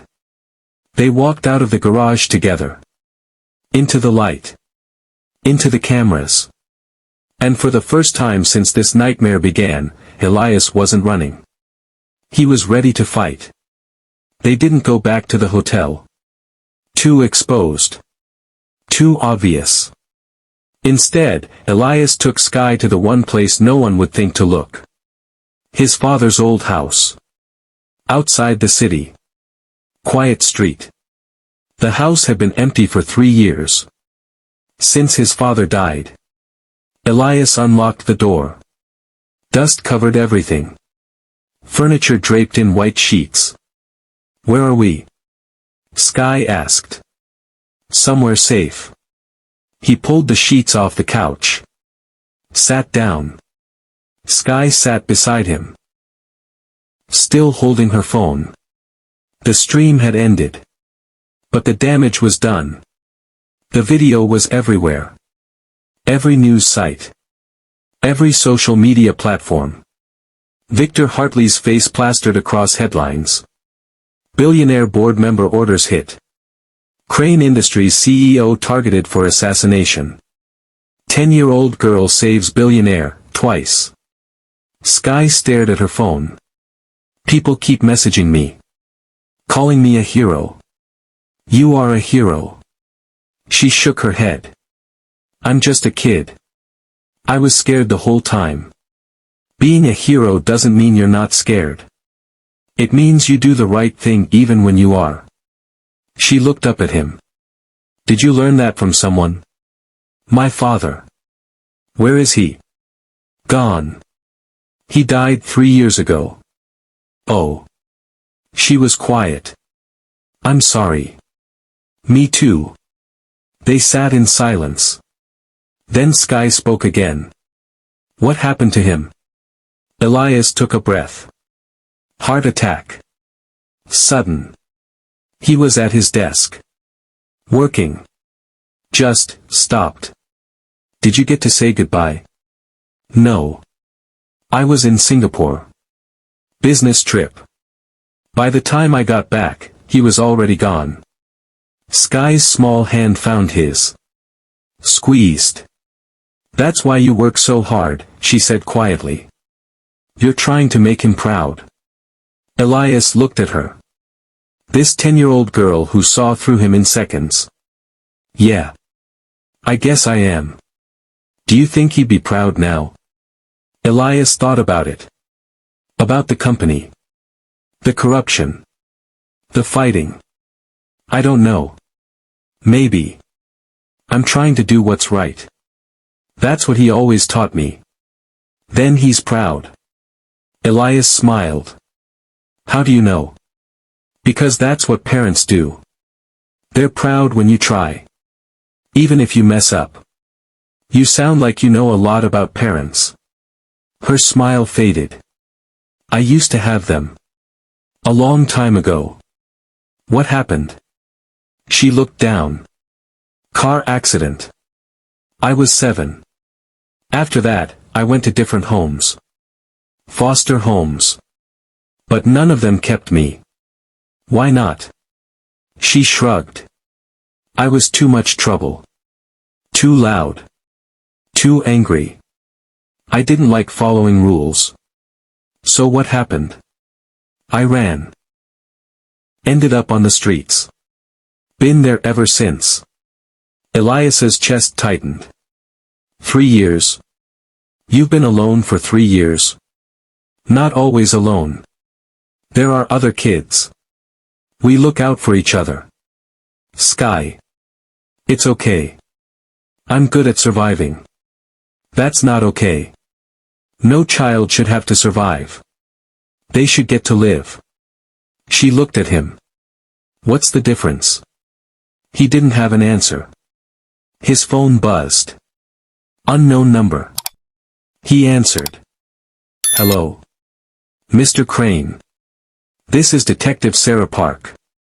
NYPD. We need to talk. About what? Victor Hartley. We've issued a warrant for his arrest. Attempted murder. Conspiracy. Fraud. The list goes on. But he's gone. Gone where? We don't know. He left the country. Private jet took off 2 hours ago. No flight plan filed. We're working with federal authorities to track him. Elias's jaw clenched. He's running. Yes. But we'll find him. In the meantime, you need protection. Those men in the garage, we haven't found them yet either. I'm fine. Sir, with respect, you're not fine. You've survived 3 assassination attempts in 2 days. You need a protective detail. I'll handle it myself. Mr. Crane. Thank you, Detective. Let me know when you find Hartley. He hung up. Sky was watching him. He got away. For now. What if he comes back? Then I'll be ready.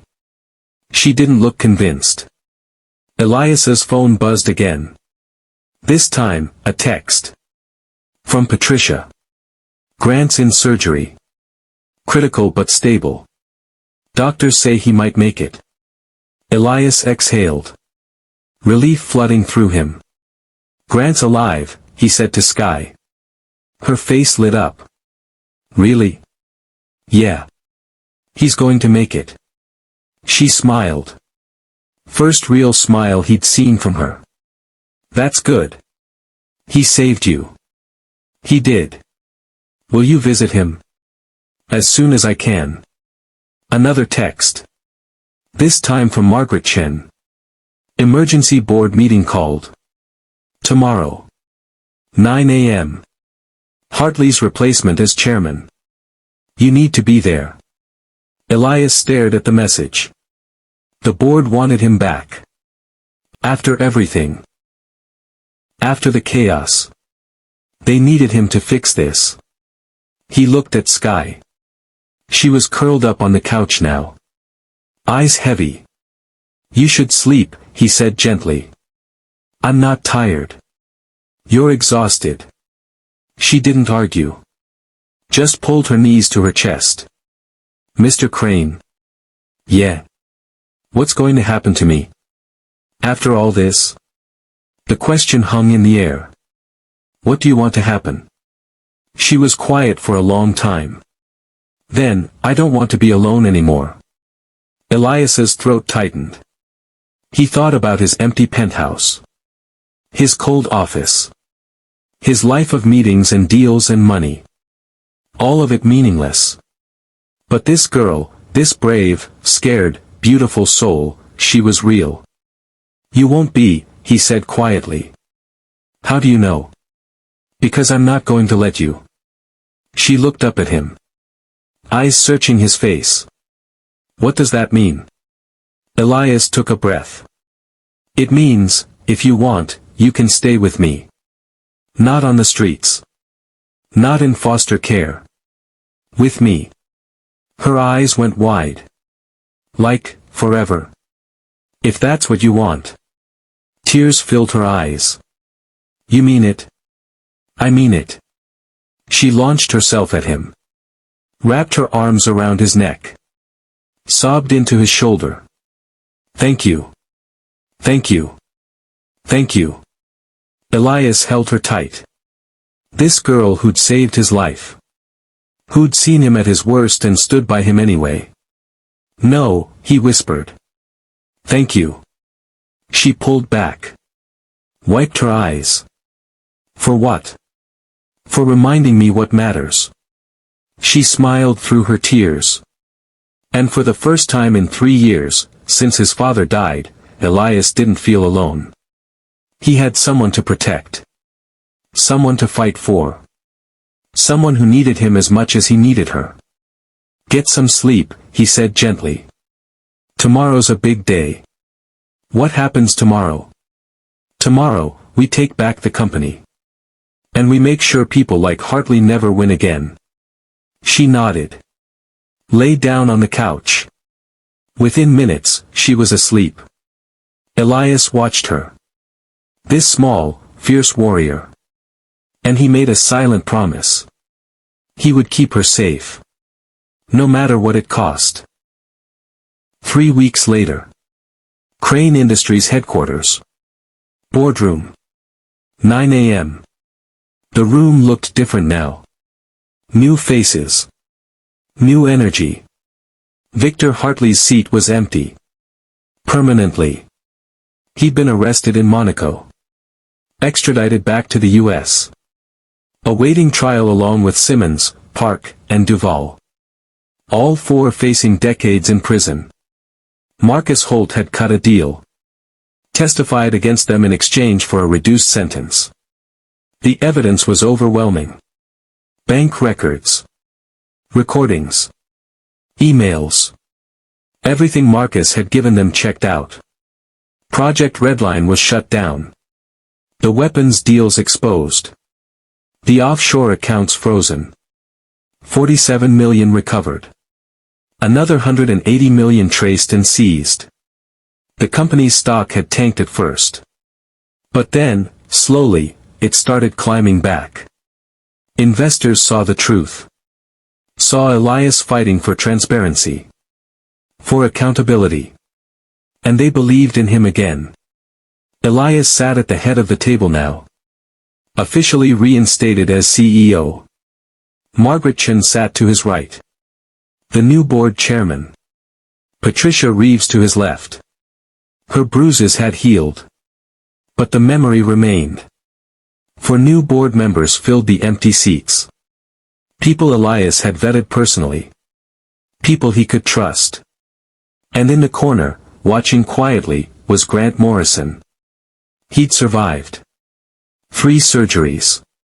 2 months of recovery. The bullet had missed his heart by 2 inches. Doctors called it a miracle. Grant called it luck. Elias called it sacrifice. Grant was back on light duty now. Advisor role. No more field work. Doctor's orders. But he was alive. And that's what mattered. Let's get started, Elias said. The room quieted. First order of business. The restructuring plan. Margaret pulled up a presentation. We've identified 12 departments that need oversight. New leadership. New protocols. We're implementing a transparency initiative. Every financial transaction over $10,000 gets reviewed by an independent board. Patricia added, we're also establishing a whistleblower protection program. Anonymous reporting. Full legal protection for anyone who comes forward with concerns. Elias nodded. Good. What else? Robert Finch spoke up. The DoD has cleared us. Investigations closed. They found no evidence of company-wide involvement. Just the 4 conspirators. And our contracts. Most are intact. A few got suspended, but we're working to restore them. How long? 6 months. Maybe less. Elias leaned back. We can work with that. They went through the rest of the agenda. Budget reviews. New hires. Policy changes. Everything was moving forward. Slowly. Carefully. But forward.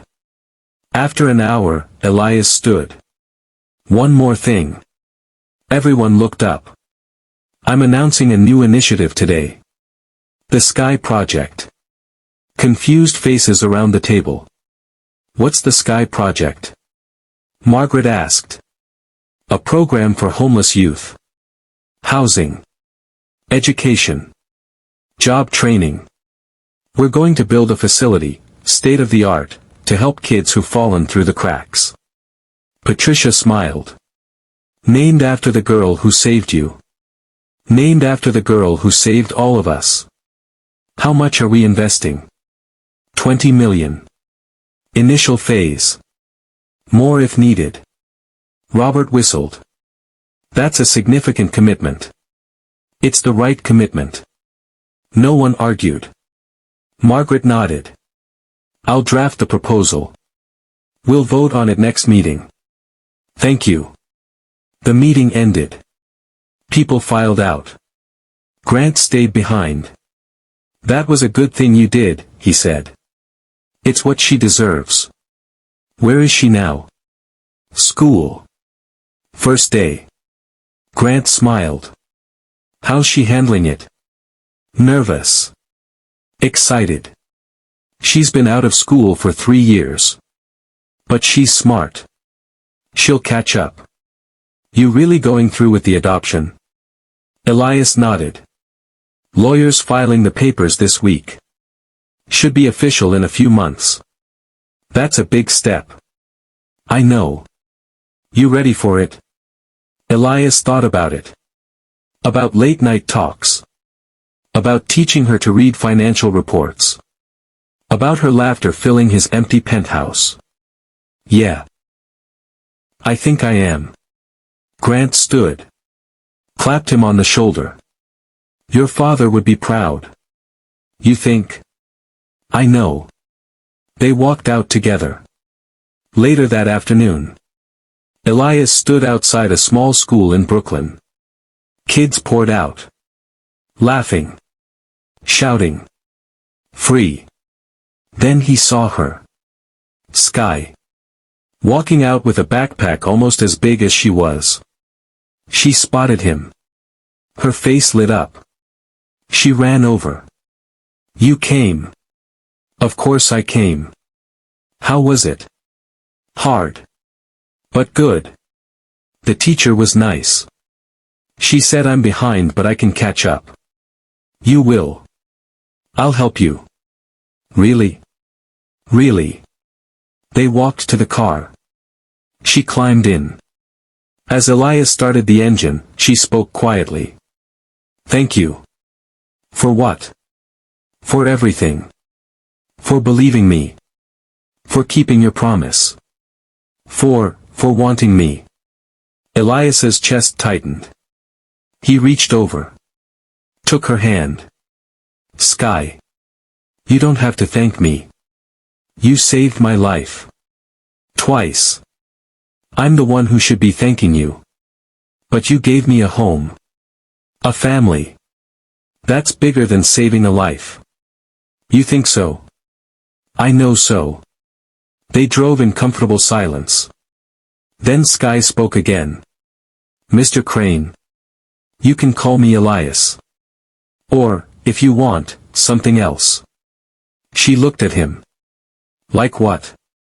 He hesitated. Like, Dad. If you're comfortable with that. Her eyes went wide. Filled with tears. Really? Really? Only if you want. She threw her arms around him. Yes. Yes. Yes. Elias laughed. Hugged her back. When she pulled away, she was smiling through tears. Okay, Dad. The word hit him harder than he expected. Dad. He'd never thought he'd hear that word. Never thought he'd have a family. But here it was. Not the family he expected. Not blood. Something better. Something chosen. They drove home together. And for the first time in years, Elias Crane wasn't building an empire. He was building a life. One day at a time. One moment at a time. With the girl who'd changed everything. 6 months later. The construction was almost finished. Elias stood in the driveway, looking up at the building. 3 stories. Red brick. Wide windows. A garden in front. The Sky Project. His architect had designed it perfectly. Not institutional. Not cold. It looked like a home. Because that's what it was supposed to be. What do you think? Patricia walked up beside him. It's beautiful. Better than the blueprints. Much better. She checked her tablet. We've got the first group arriving next week. 15 kids. Ages 8 to 16. Staff ready. Fully trained. Counselors. Teachers. Medical personnel. We even hired a chef, someone who actually cares about what these kids eat. Elias smiled. Good. They walked inside. The lobby was warm. Soft lighting. Comfortable furniture. Artwork on the walls, donated by local artists. We've got individual rooms on the second floor, Patricia explained. Each kid gets their own space. Their own bed. Their own desk. What about common areas? Library on the first floor. Recreation room in the basement. Study areas throughout. And the garden, that's for therapy sessions and just peace. Elias walked through each room. Everything felt right. Not a shelter. Not a facility. A home. They reached the 3rd floor. Patricia opened a door. This is the director's office. I thought you might want to see it. Inside, a simple desk. Bookshelves. A window overlooking the garden. On the wall, a photo. Sky. Smiling. Holding a sign that said, Grand Opening. When did she take that? Elias asked. Last week. She came by with Grant. Wanted to see the progress. Elias stared at the photo. This place existed because of her. Because she'd been brave enough to shout when everyone else stayed silent. She wants to volunteer here, Patricia said. On weekends. Help the younger kids adjust. She told you that? She told me she knows what it's like. To have nowhere to go. She wants to make sure they know they're not alone. Elias felt his throat tighten. She's special, Patricia said quietly. You know that, right? I know. She's going to change the world. She already has. They walked back downstairs. Outside, a car pulled up. Sky jumped out. Backpack over her shoulder. Grant followed, slower, still recovering, but stronger. Dad! Sky ran over.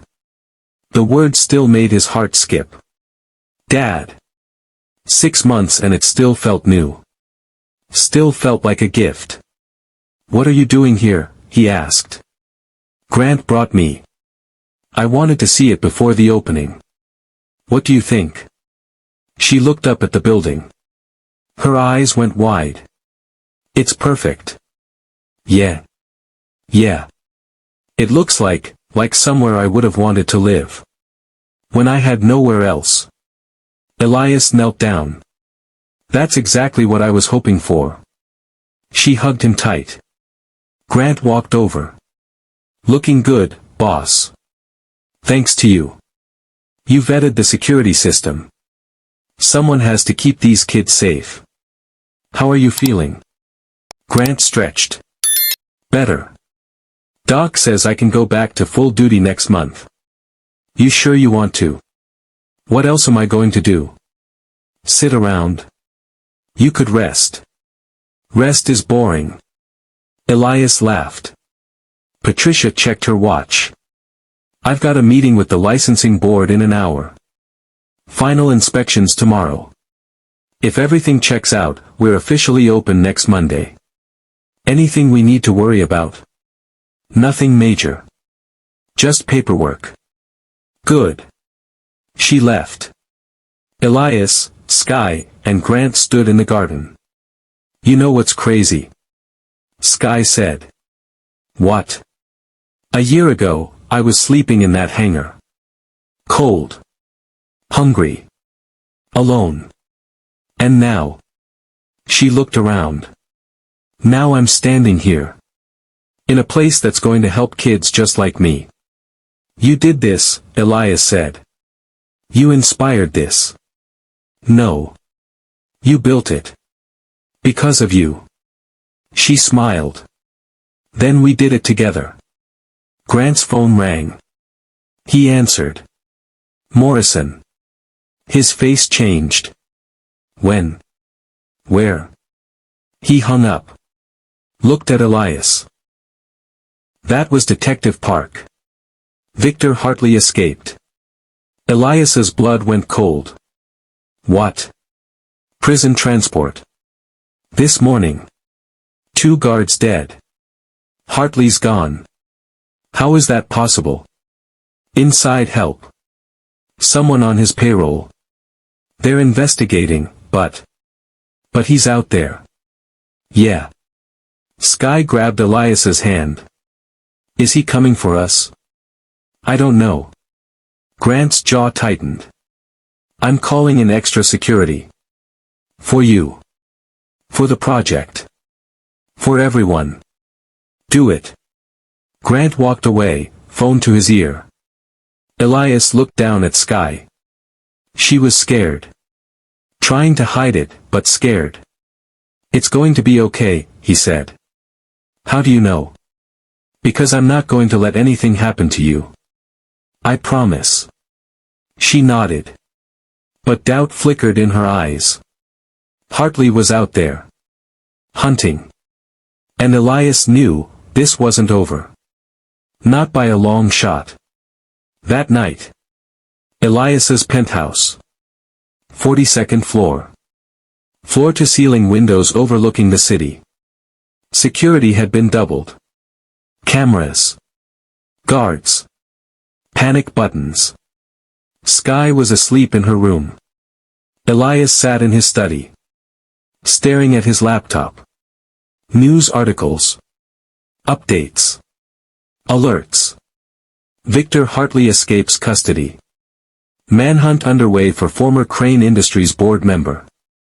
Authorities warn, Hartley considered armed and dangerous. His phone buzzed. Unknown number. He hesitated. Then answered. Hello. Breathing. Then that voice. Distorted. Mechanical. The same voice from before. Did you really think it was over? Elias's hands clenched. Hartley. You took everything from me, Crane. My company. My freedom. My life. You did that to yourself. No. You did it. You and that little girl. Elias stood. If you come near her. I'm not coming near her. Not yet. First, I want you to suffer. I want you to lose everything. Just like I did. You're insane. Maybe. But I'm also free. And I'm coming for you. The line went dead. Elias stared at his phone. His heart pounded. Hartley was out there. Planning. Waiting. And Elias knew, the nightmare wasn't over. It was just beginning again. 1 week later. Opening day. The building was ready. Staff in position. 15 kids arrived throughout the morning. Each one scared. Guarded. Unsure. Elias watched from the lobby as they came in. A girl, maybe 12, clutching a garbage bag filled with her belongings. A boy, 14, with a black eye and bruised ribs. Twin sisters, 9 years old, holding hands so tight their knuckles were white. Each one carrying stories Elias would never fully know. But they were here. Safe. For the first time in who knew how long. Patricia stood at the entrance. Greeting each one. Soft voice. Kind smile. Welcome home. Those 2 words made some of them cry. Sky was there too. Helping. Showing the younger kids to their rooms.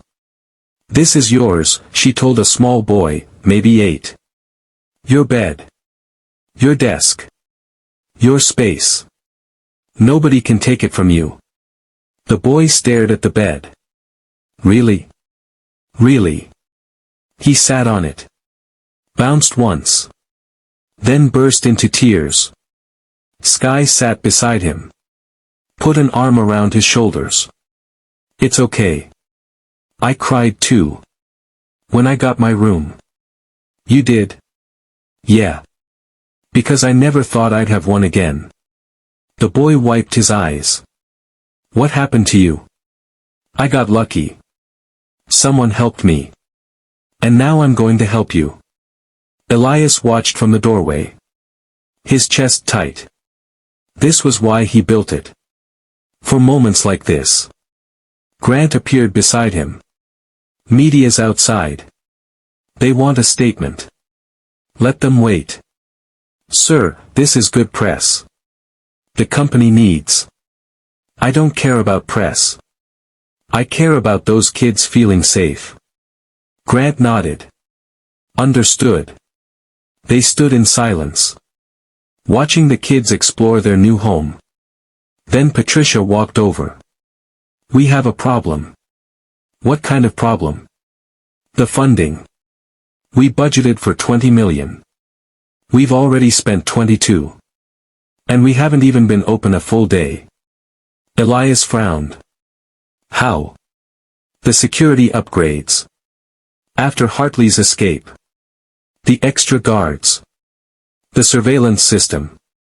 It's expensive. How expensive? 500,000. Per month. Just for security. Elias did the math. 6 million a year. Just for protection.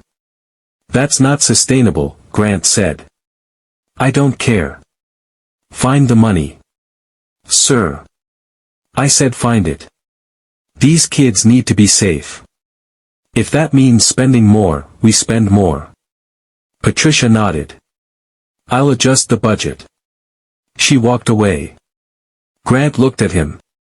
You can't save everyone. Maybe not. But I can save these 15. And then 15 more. And then 15 more after that. At what cost? Whatever it takes. Grant didn't respond. That afternoon. The grand opening ceremony. Reporters lined the street. Cameras rolling. Elias stood at a podium outside the building. Sky beside him. Patricia and Grant flanking them. Behind them, the 15 kids. Watching nervously.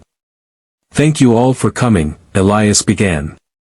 6 months ago, a young girl saved my life. Twice. She didn't know me. Didn't owe me anything. But she saw something wrong and refused to stay silent. He looked at Sky. She smiled shyly. That girl showed me something I'd forgotten. That courage doesn't come from money or power. It comes from doing what's right. Even when you're scared. Even when you have everything to lose. He paused. That's why we built this place. The Sky Project. For kids who've been forgotten. Ignored. Left behind. Kids who deserve a chance. A home. A future. Applause rippled through the crowd. This isn't charity. This is justice. These kids didn't choose to be homeless. They didn't choose to suffer. But they can choose to survive. To grow. To become something more. He gestured to the building. This place will give them that choice. Education. Counseling. Job training. And most importantly, safety. A place where they can just be kids again. More applause. I'm not doing this for recognition. Or press. I'm doing it because it's right. And because a 10-year-old girl reminded me what really matters. He stepped back from the podium. Sky stepped forward. Someone handed her a microphone. She looked terrified. Hi. Her voice was small. Shaky. The crowd went silent. I don't really know what to say. I'm not good at speeches. She looked at Elias. He nodded. You got this. She took a breath. A year ago, I had nothing. No home. No family. No hope. I slept in cold places and went hungry most days. And I thought that's just how my life was going to be. Her voice grew stronger. But then I saw something wrong. And I couldn't stay quiet. Even though I was scared. Even though I thought nobody would listen. She looked at the kids behind her. And someone did listen. And he didn't just help me. He built this. For all of us. For kids who need someone to listen. Tears filled her eyes. So if you're out there. If you're scared. If you think nobody cares. Just know, someone does. And places like this exist because people like Mr. Crane believe you deserve better. She handed the microphone back. The crowd erupted in applause. Reporters shouted questions. Cameras flashed. But Elias wasn't looking at them. He was looking at the kids. At their faces. Some were smiling. Some were crying. Some just looked stunned. But all of them, for the first time in a long time, looked hopeful. Patricia cut the ribbon. The doors officially opened. The kids filed inside. Staff guiding them. And as the crowd dispersed, Elias stood alone on the steps. Grant walked over. You did good. We did good. Yeah. We did. They stood in silence. Then Grant's phone buzzed. He checked it. His face darkened. What? Elias asked. Security just flagged something. A man was spotted outside the perimeter. Watching. Took photos. Description. Tall. Dark coat. Left before security could approach. Elias's jaw clenched. Hartley. Maybe. Or someone working for him. Double the guards. Nobody gets in without clearance. Already done. Elias looked at the building. At the windows where kids were settling in. Hartley was out there. Watching. Planning. But Elias wasn't running anymore. This was his line in the sand. These kids. This place. Sky. He'd protect them. No matter what it cost. 3 a.m. Elias woke to the sound of his phone buzzing. He grabbed it. Groggy. Disoriented. Grant's voice. Urgent. Sir, we have a situation. Elias sat up. What kind of situation? Fire. At the Sky Project. It's bad. His blood turned to ice. The kids. Everyone's out. Safe. Staff evacuated them immediately. But the building. I'm on my way. He hung up. Threw on clothes. Sky appeared in his doorway. Eyes wide. What's happening? There's a fire. At the project. Is anyone hurt? No. Everyone's safe. I'm coming with you. Sky. I'm coming. No time to argue. They rushed out. 20 minutes later. The building was engulfed in flames. Fire trucks surrounded it. Hoses blasting water. But it was too late. The second and third floors were gone. The first floor collapsing. Elias stood behind the police tape. Watching his dream burn. The kids were huddled together across the street. Wrapped in blankets. Social workers surrounding them. Patricia was there. Face streaked with ash and tears. What happened? Elias demanded. I don't know. The alarm went off at 2:30. By the time staff got everyone out, the whole building was on fire. Where did it start?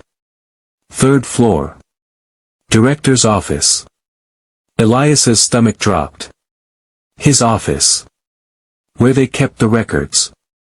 The files. This wasn't an accident. Grant appeared. Soot on his face. Fire marshal says it's arson. They found accelerant. Multiple ignition points. Hartley. Has to be. Elias turned. Looked at the kids. At Sky standing beside them. Small. Scared. Everything he'd built. Gone. Sir. A firefighter approached.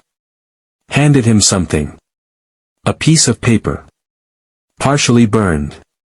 On it, 2 words scrawled in black marker. You're next. Elias stared at it. Hartley's message was clear. This was just the beginning. Dawn. The fire was out. The building was destroyed. Nothing left but charred walls and ash. The kids had been relocated to a hotel. Temporary. Until they figured something out. Elias stood in front of the ruins. Alone. Grant had taken Sky back to the penthouse. Safe. Protected. But Elias couldn't leave. He stared at what remained. 6 months of work. $22 million. All the hope he'd built. Gone in 3 hours. You should go home. Patricia's voice behind him. He didn't turn. I can't. There's nothing left here. There has to be. She walked beside him. Stared at the rubble. We'll rebuild, she said quietly. With what money? We're already over budget. We'll find it. How? The investors are going to pull out. The board's going to question every decision. And Hartley's still out there. Patricia was quiet.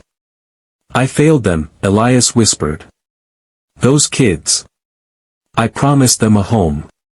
And I couldn't even keep it standing for a week. This wasn't your fault. Wasn't it? Hartley's after me. He's always been after me. And now those kids are paying the price. So what do you want to do? Give up? He didn't answer. Elias.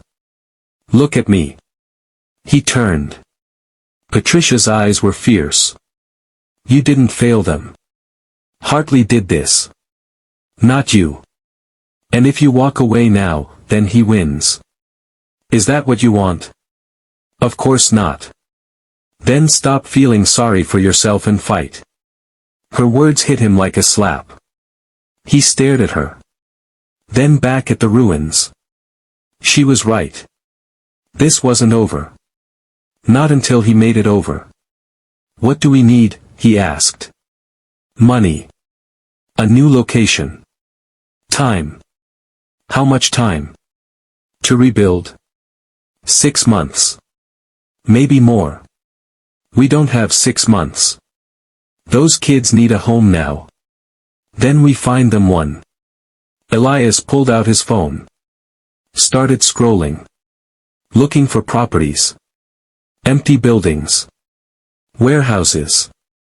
Anything that could be converted fast. Then he saw it. His father's estate. Outside the city. 20 acres. A main house and 3 guest cottages. Empty since his father died. I have a place, he said. Patricia looked at him. Where? My father's estate. It's big enough. Secure. We can move them there temporarily. Are you sure? He thought about it. About his father. About legacy. His father had built that house for family. For people he loved. These kids were family now. I'm sure. That evening. The kids arrived at the estate. Buses pulled up. Doors opened. They stepped out. Looking around. Confused. Tired. Where are we? One of them asked. Elias stood at the entrance. Somewhere safe. They filed inside. Into the main house. Warm. Clean. Furniture already set up. Beds in the guest cottages. Not perfect. Not permanent. But safe. Sky was there. Helping again. Showing them around. It's only temporary, she told them. But it's home for now.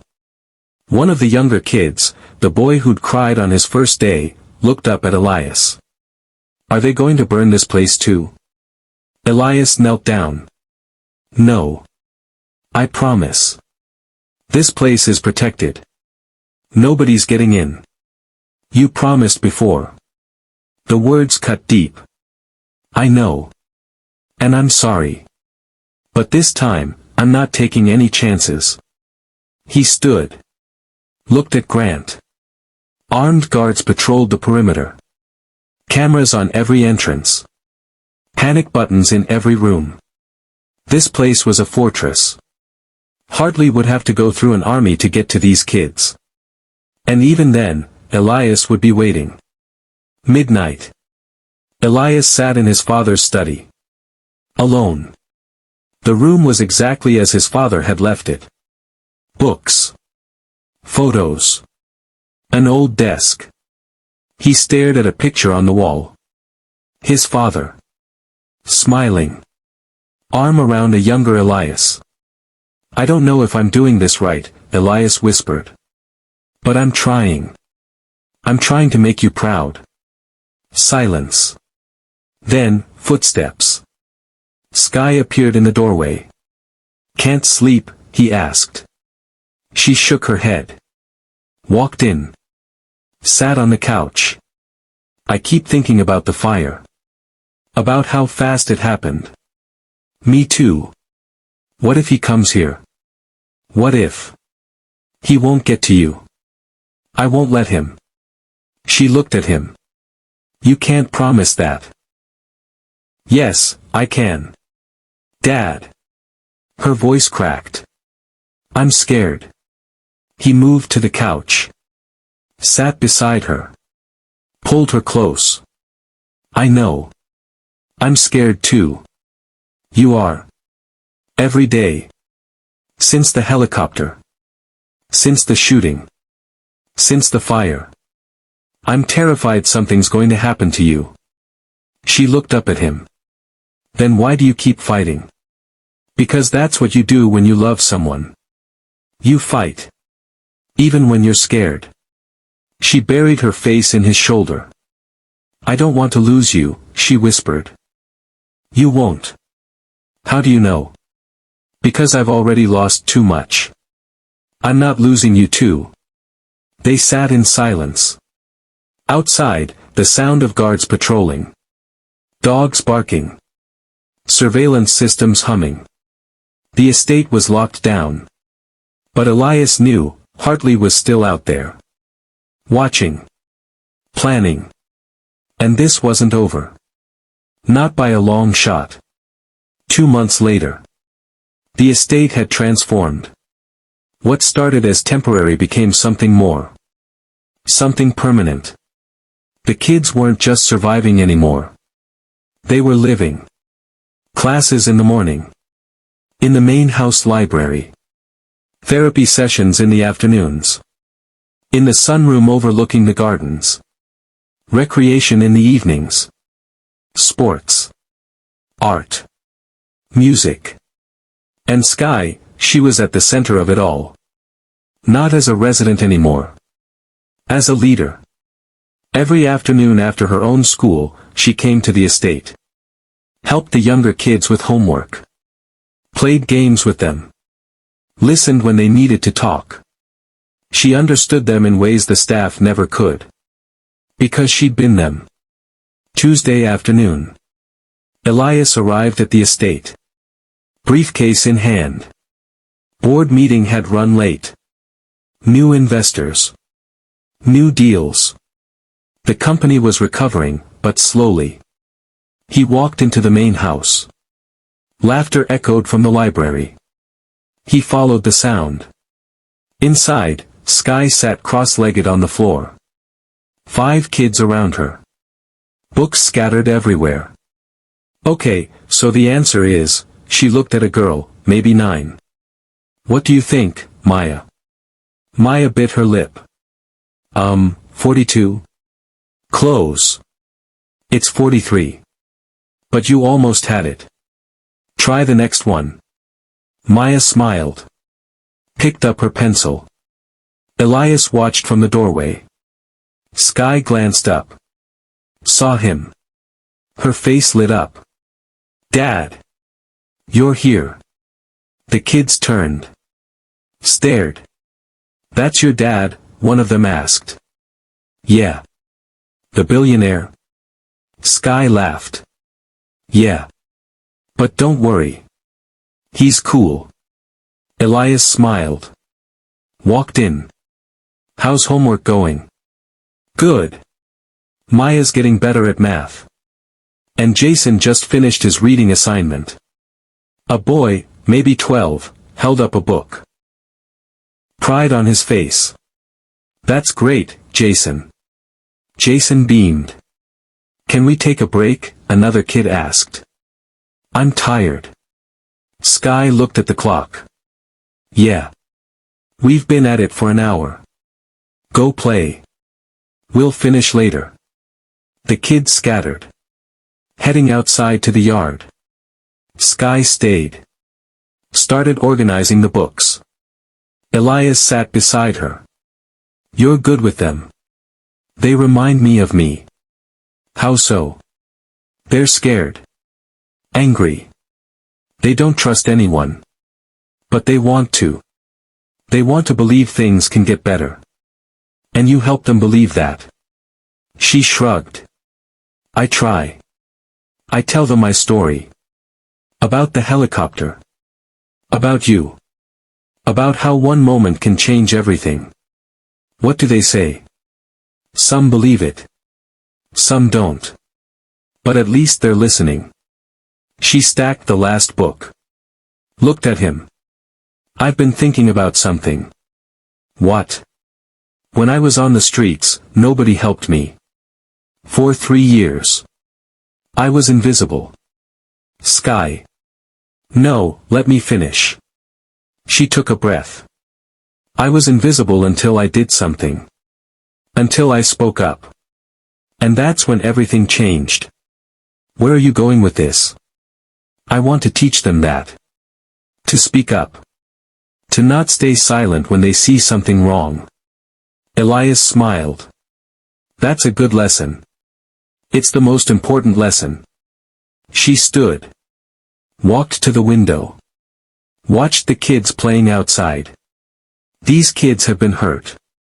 Abandoned. Ignored. And they think that's all they deserve. But it's not. What do they deserve? She turned. They deserve to be heard. To be seen. To matter. Her words hung in the air. Elias stood. Walked over to her. You know what you are, Sky. What? You're exactly what they need. Someone who understands. Someone who survived. I'm just a kid. No. You're a fighter. And you're teaching them to fight too. She looked down. I'm scared I'm not good enough. Why? Because what if I say the wrong thing? What if they don't listen? What if? Sky. He knelt down. Looked her in the eye. You stopped a billionaire from getting in a helicopter. You exposed corruption. You survived 3 assassination attempts. And you're worried you're not good enough? She laughed softly. When you put it that way. You're more than good enough. You're extraordinary. She hugged him. Tight. Thanks, Dad. That evening. Dinner at the estate. Long table. 15 kids. Staff. Elias. Sky. Grant. Everyone eating together. Talking. Laughing. Normal. For the first time in months, things felt normal. After dinner, Sky stood. Tapped her glass. Everyone went quiet. I want to say something. All eyes on her. When I first got here, to the original building, I was scared. I didn't think I belonged. I didn't think I deserved to be here. She looked around the table. But then I realized something. We all deserve to be here. Every single one of us. Not because someone's doing us a favor. But because we're worth it. Some of the kids nodded. I know things have been hard. The fire. Moving here. All the changes. But we're still here. We're still together. And that mattered. For this. For kids learning they mattered.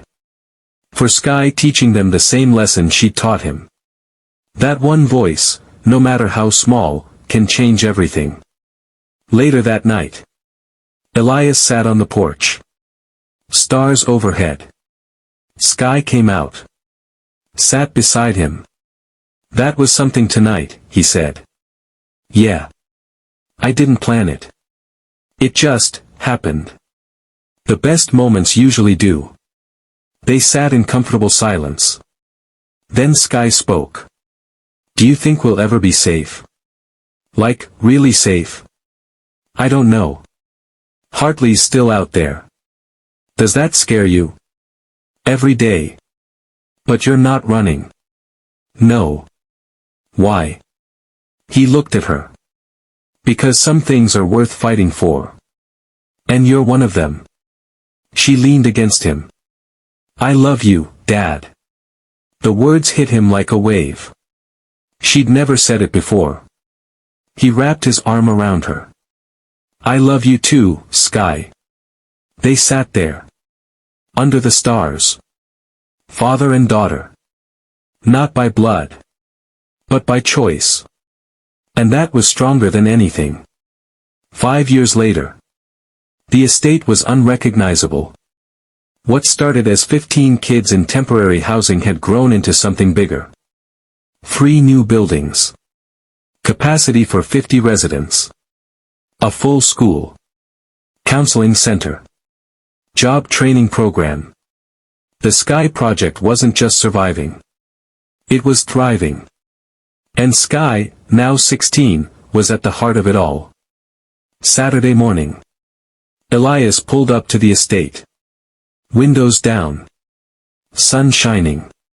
He'd been coming here every weekend for 5 years. Rarely missed one. The company was stable now. Stock higher than ever. New leadership. Clean slate. Victor Hartley had been recaptured 3 years ago. Tried. Convicted.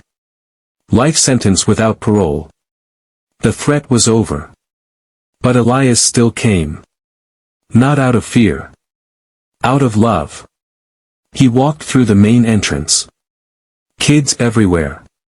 Playing. Studying. Living. He found Sky in the library. Surrounded by a group of younger kids. She was taller now. Confident. Her voice strong and clear. So when you're filling out college applications, remember. She looked at a girl, maybe 14. What matters most? Being honest, the girl answered. Exactly. Don't try to be someone you're not. Tell your story. Your real story. The kids nodded. Taking notes. Elias watched from the doorway. Pride swelling in his chest. Sky glanced up. Smiled when she saw him. Hey. Give me 5 minutes. Take your time. She turned back to the kids. Alright, that's it for today. Work on your essays. We'll review them next week. The kids scattered. Sky walked over. Hugged him. You're early. Finished the board meeting ahead of schedule. How'd it go? Good. Approved funding for another expansion. Her eyes lit up. Another building. 2 buildings. And a vocational center. Construction starts next month. She threw her arms around him. That's amazing. We'll be able to house 80 kids total. 80. She shook her head in disbelief. Remember when it was just 15? I remember when it was just you. She smiled. Feels like a lifetime ago. It was. They walked outside. Into the garden. It had grown too. Flowers. Vegetables. A small pond. They sat on a bench. How's school? He asked. Good. Finished my college applications last week. Where'd you apply? Harvard. Yale. Stanford. A few others. Impressive. She shrugged.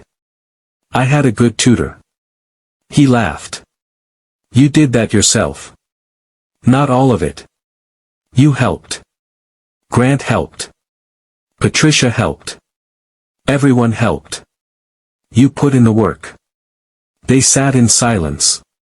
Watching kids play in the distance. Then Sky spoke quietly. Can I ask you something? Anything. Do you ever think about that day? The helicopter? He looked at her. Every single day. Really? Really? It changed everything. Do you wish it never happened? He thought about it. About the fear. The danger. The pain. But also, about her. About this place. About the lives they'd saved. No, he said. I don't wish that. Even with everything that happened. The bomb. The fire. Hartley. Grant getting shot. Even with all of that. Why? Because it brought me you. Her eyes filled with tears. And you brought me them. He gestured to the kids. You taught me what really matters. Not money. Not power. People. Connection. Fighting for something bigger than yourself. She wiped her eyes. I was just a scared kid shouting at a stranger. You were brave. You saw something wrong and refused to stay silent. That's not just bravery. That's heroism. I don't feel like a hero. Heroes never do. They sat quietly. Then a small voice behind them. Sky. They turned. A little girl, maybe 7. New arrival. She'd come to the estate just 2 weeks ago. Hey, Emma. What's up? Emma walked over slowly. Nervous. I wanted to ask you something. Sure. What is it? How did you stop being scared? Sky looked at Elias. Then back at Emma. Come here. She patted the bench. Emma climbed up. Sat between them. The truth? I didn't stop being scared. Emma's eyes went wide. You didn't? Nope. I'm still scared sometimes. Of new things. Of messing up. Of losing people I love. But you seem so brave. That's the secret. Being brave doesn't mean you're not scared. It means you do things even when you are. Emma thought about that. Like when I told the social worker about my dad. Even though I was scared. Exactly like that. That was so brave, Emma. But now I don't have a family. Sky put her arm around her. Yes, you do. You have us. All of us. Emma looked up. Really? Really? You're not alone anymore. None of us are. Emma smiled. Then hugged Sky. Elias watched. His throat tight. This was it. This was everything. Emma ran off to play. Sky turned to him. Do you think she'll be okay? If she has you looking out for her? Absolutely.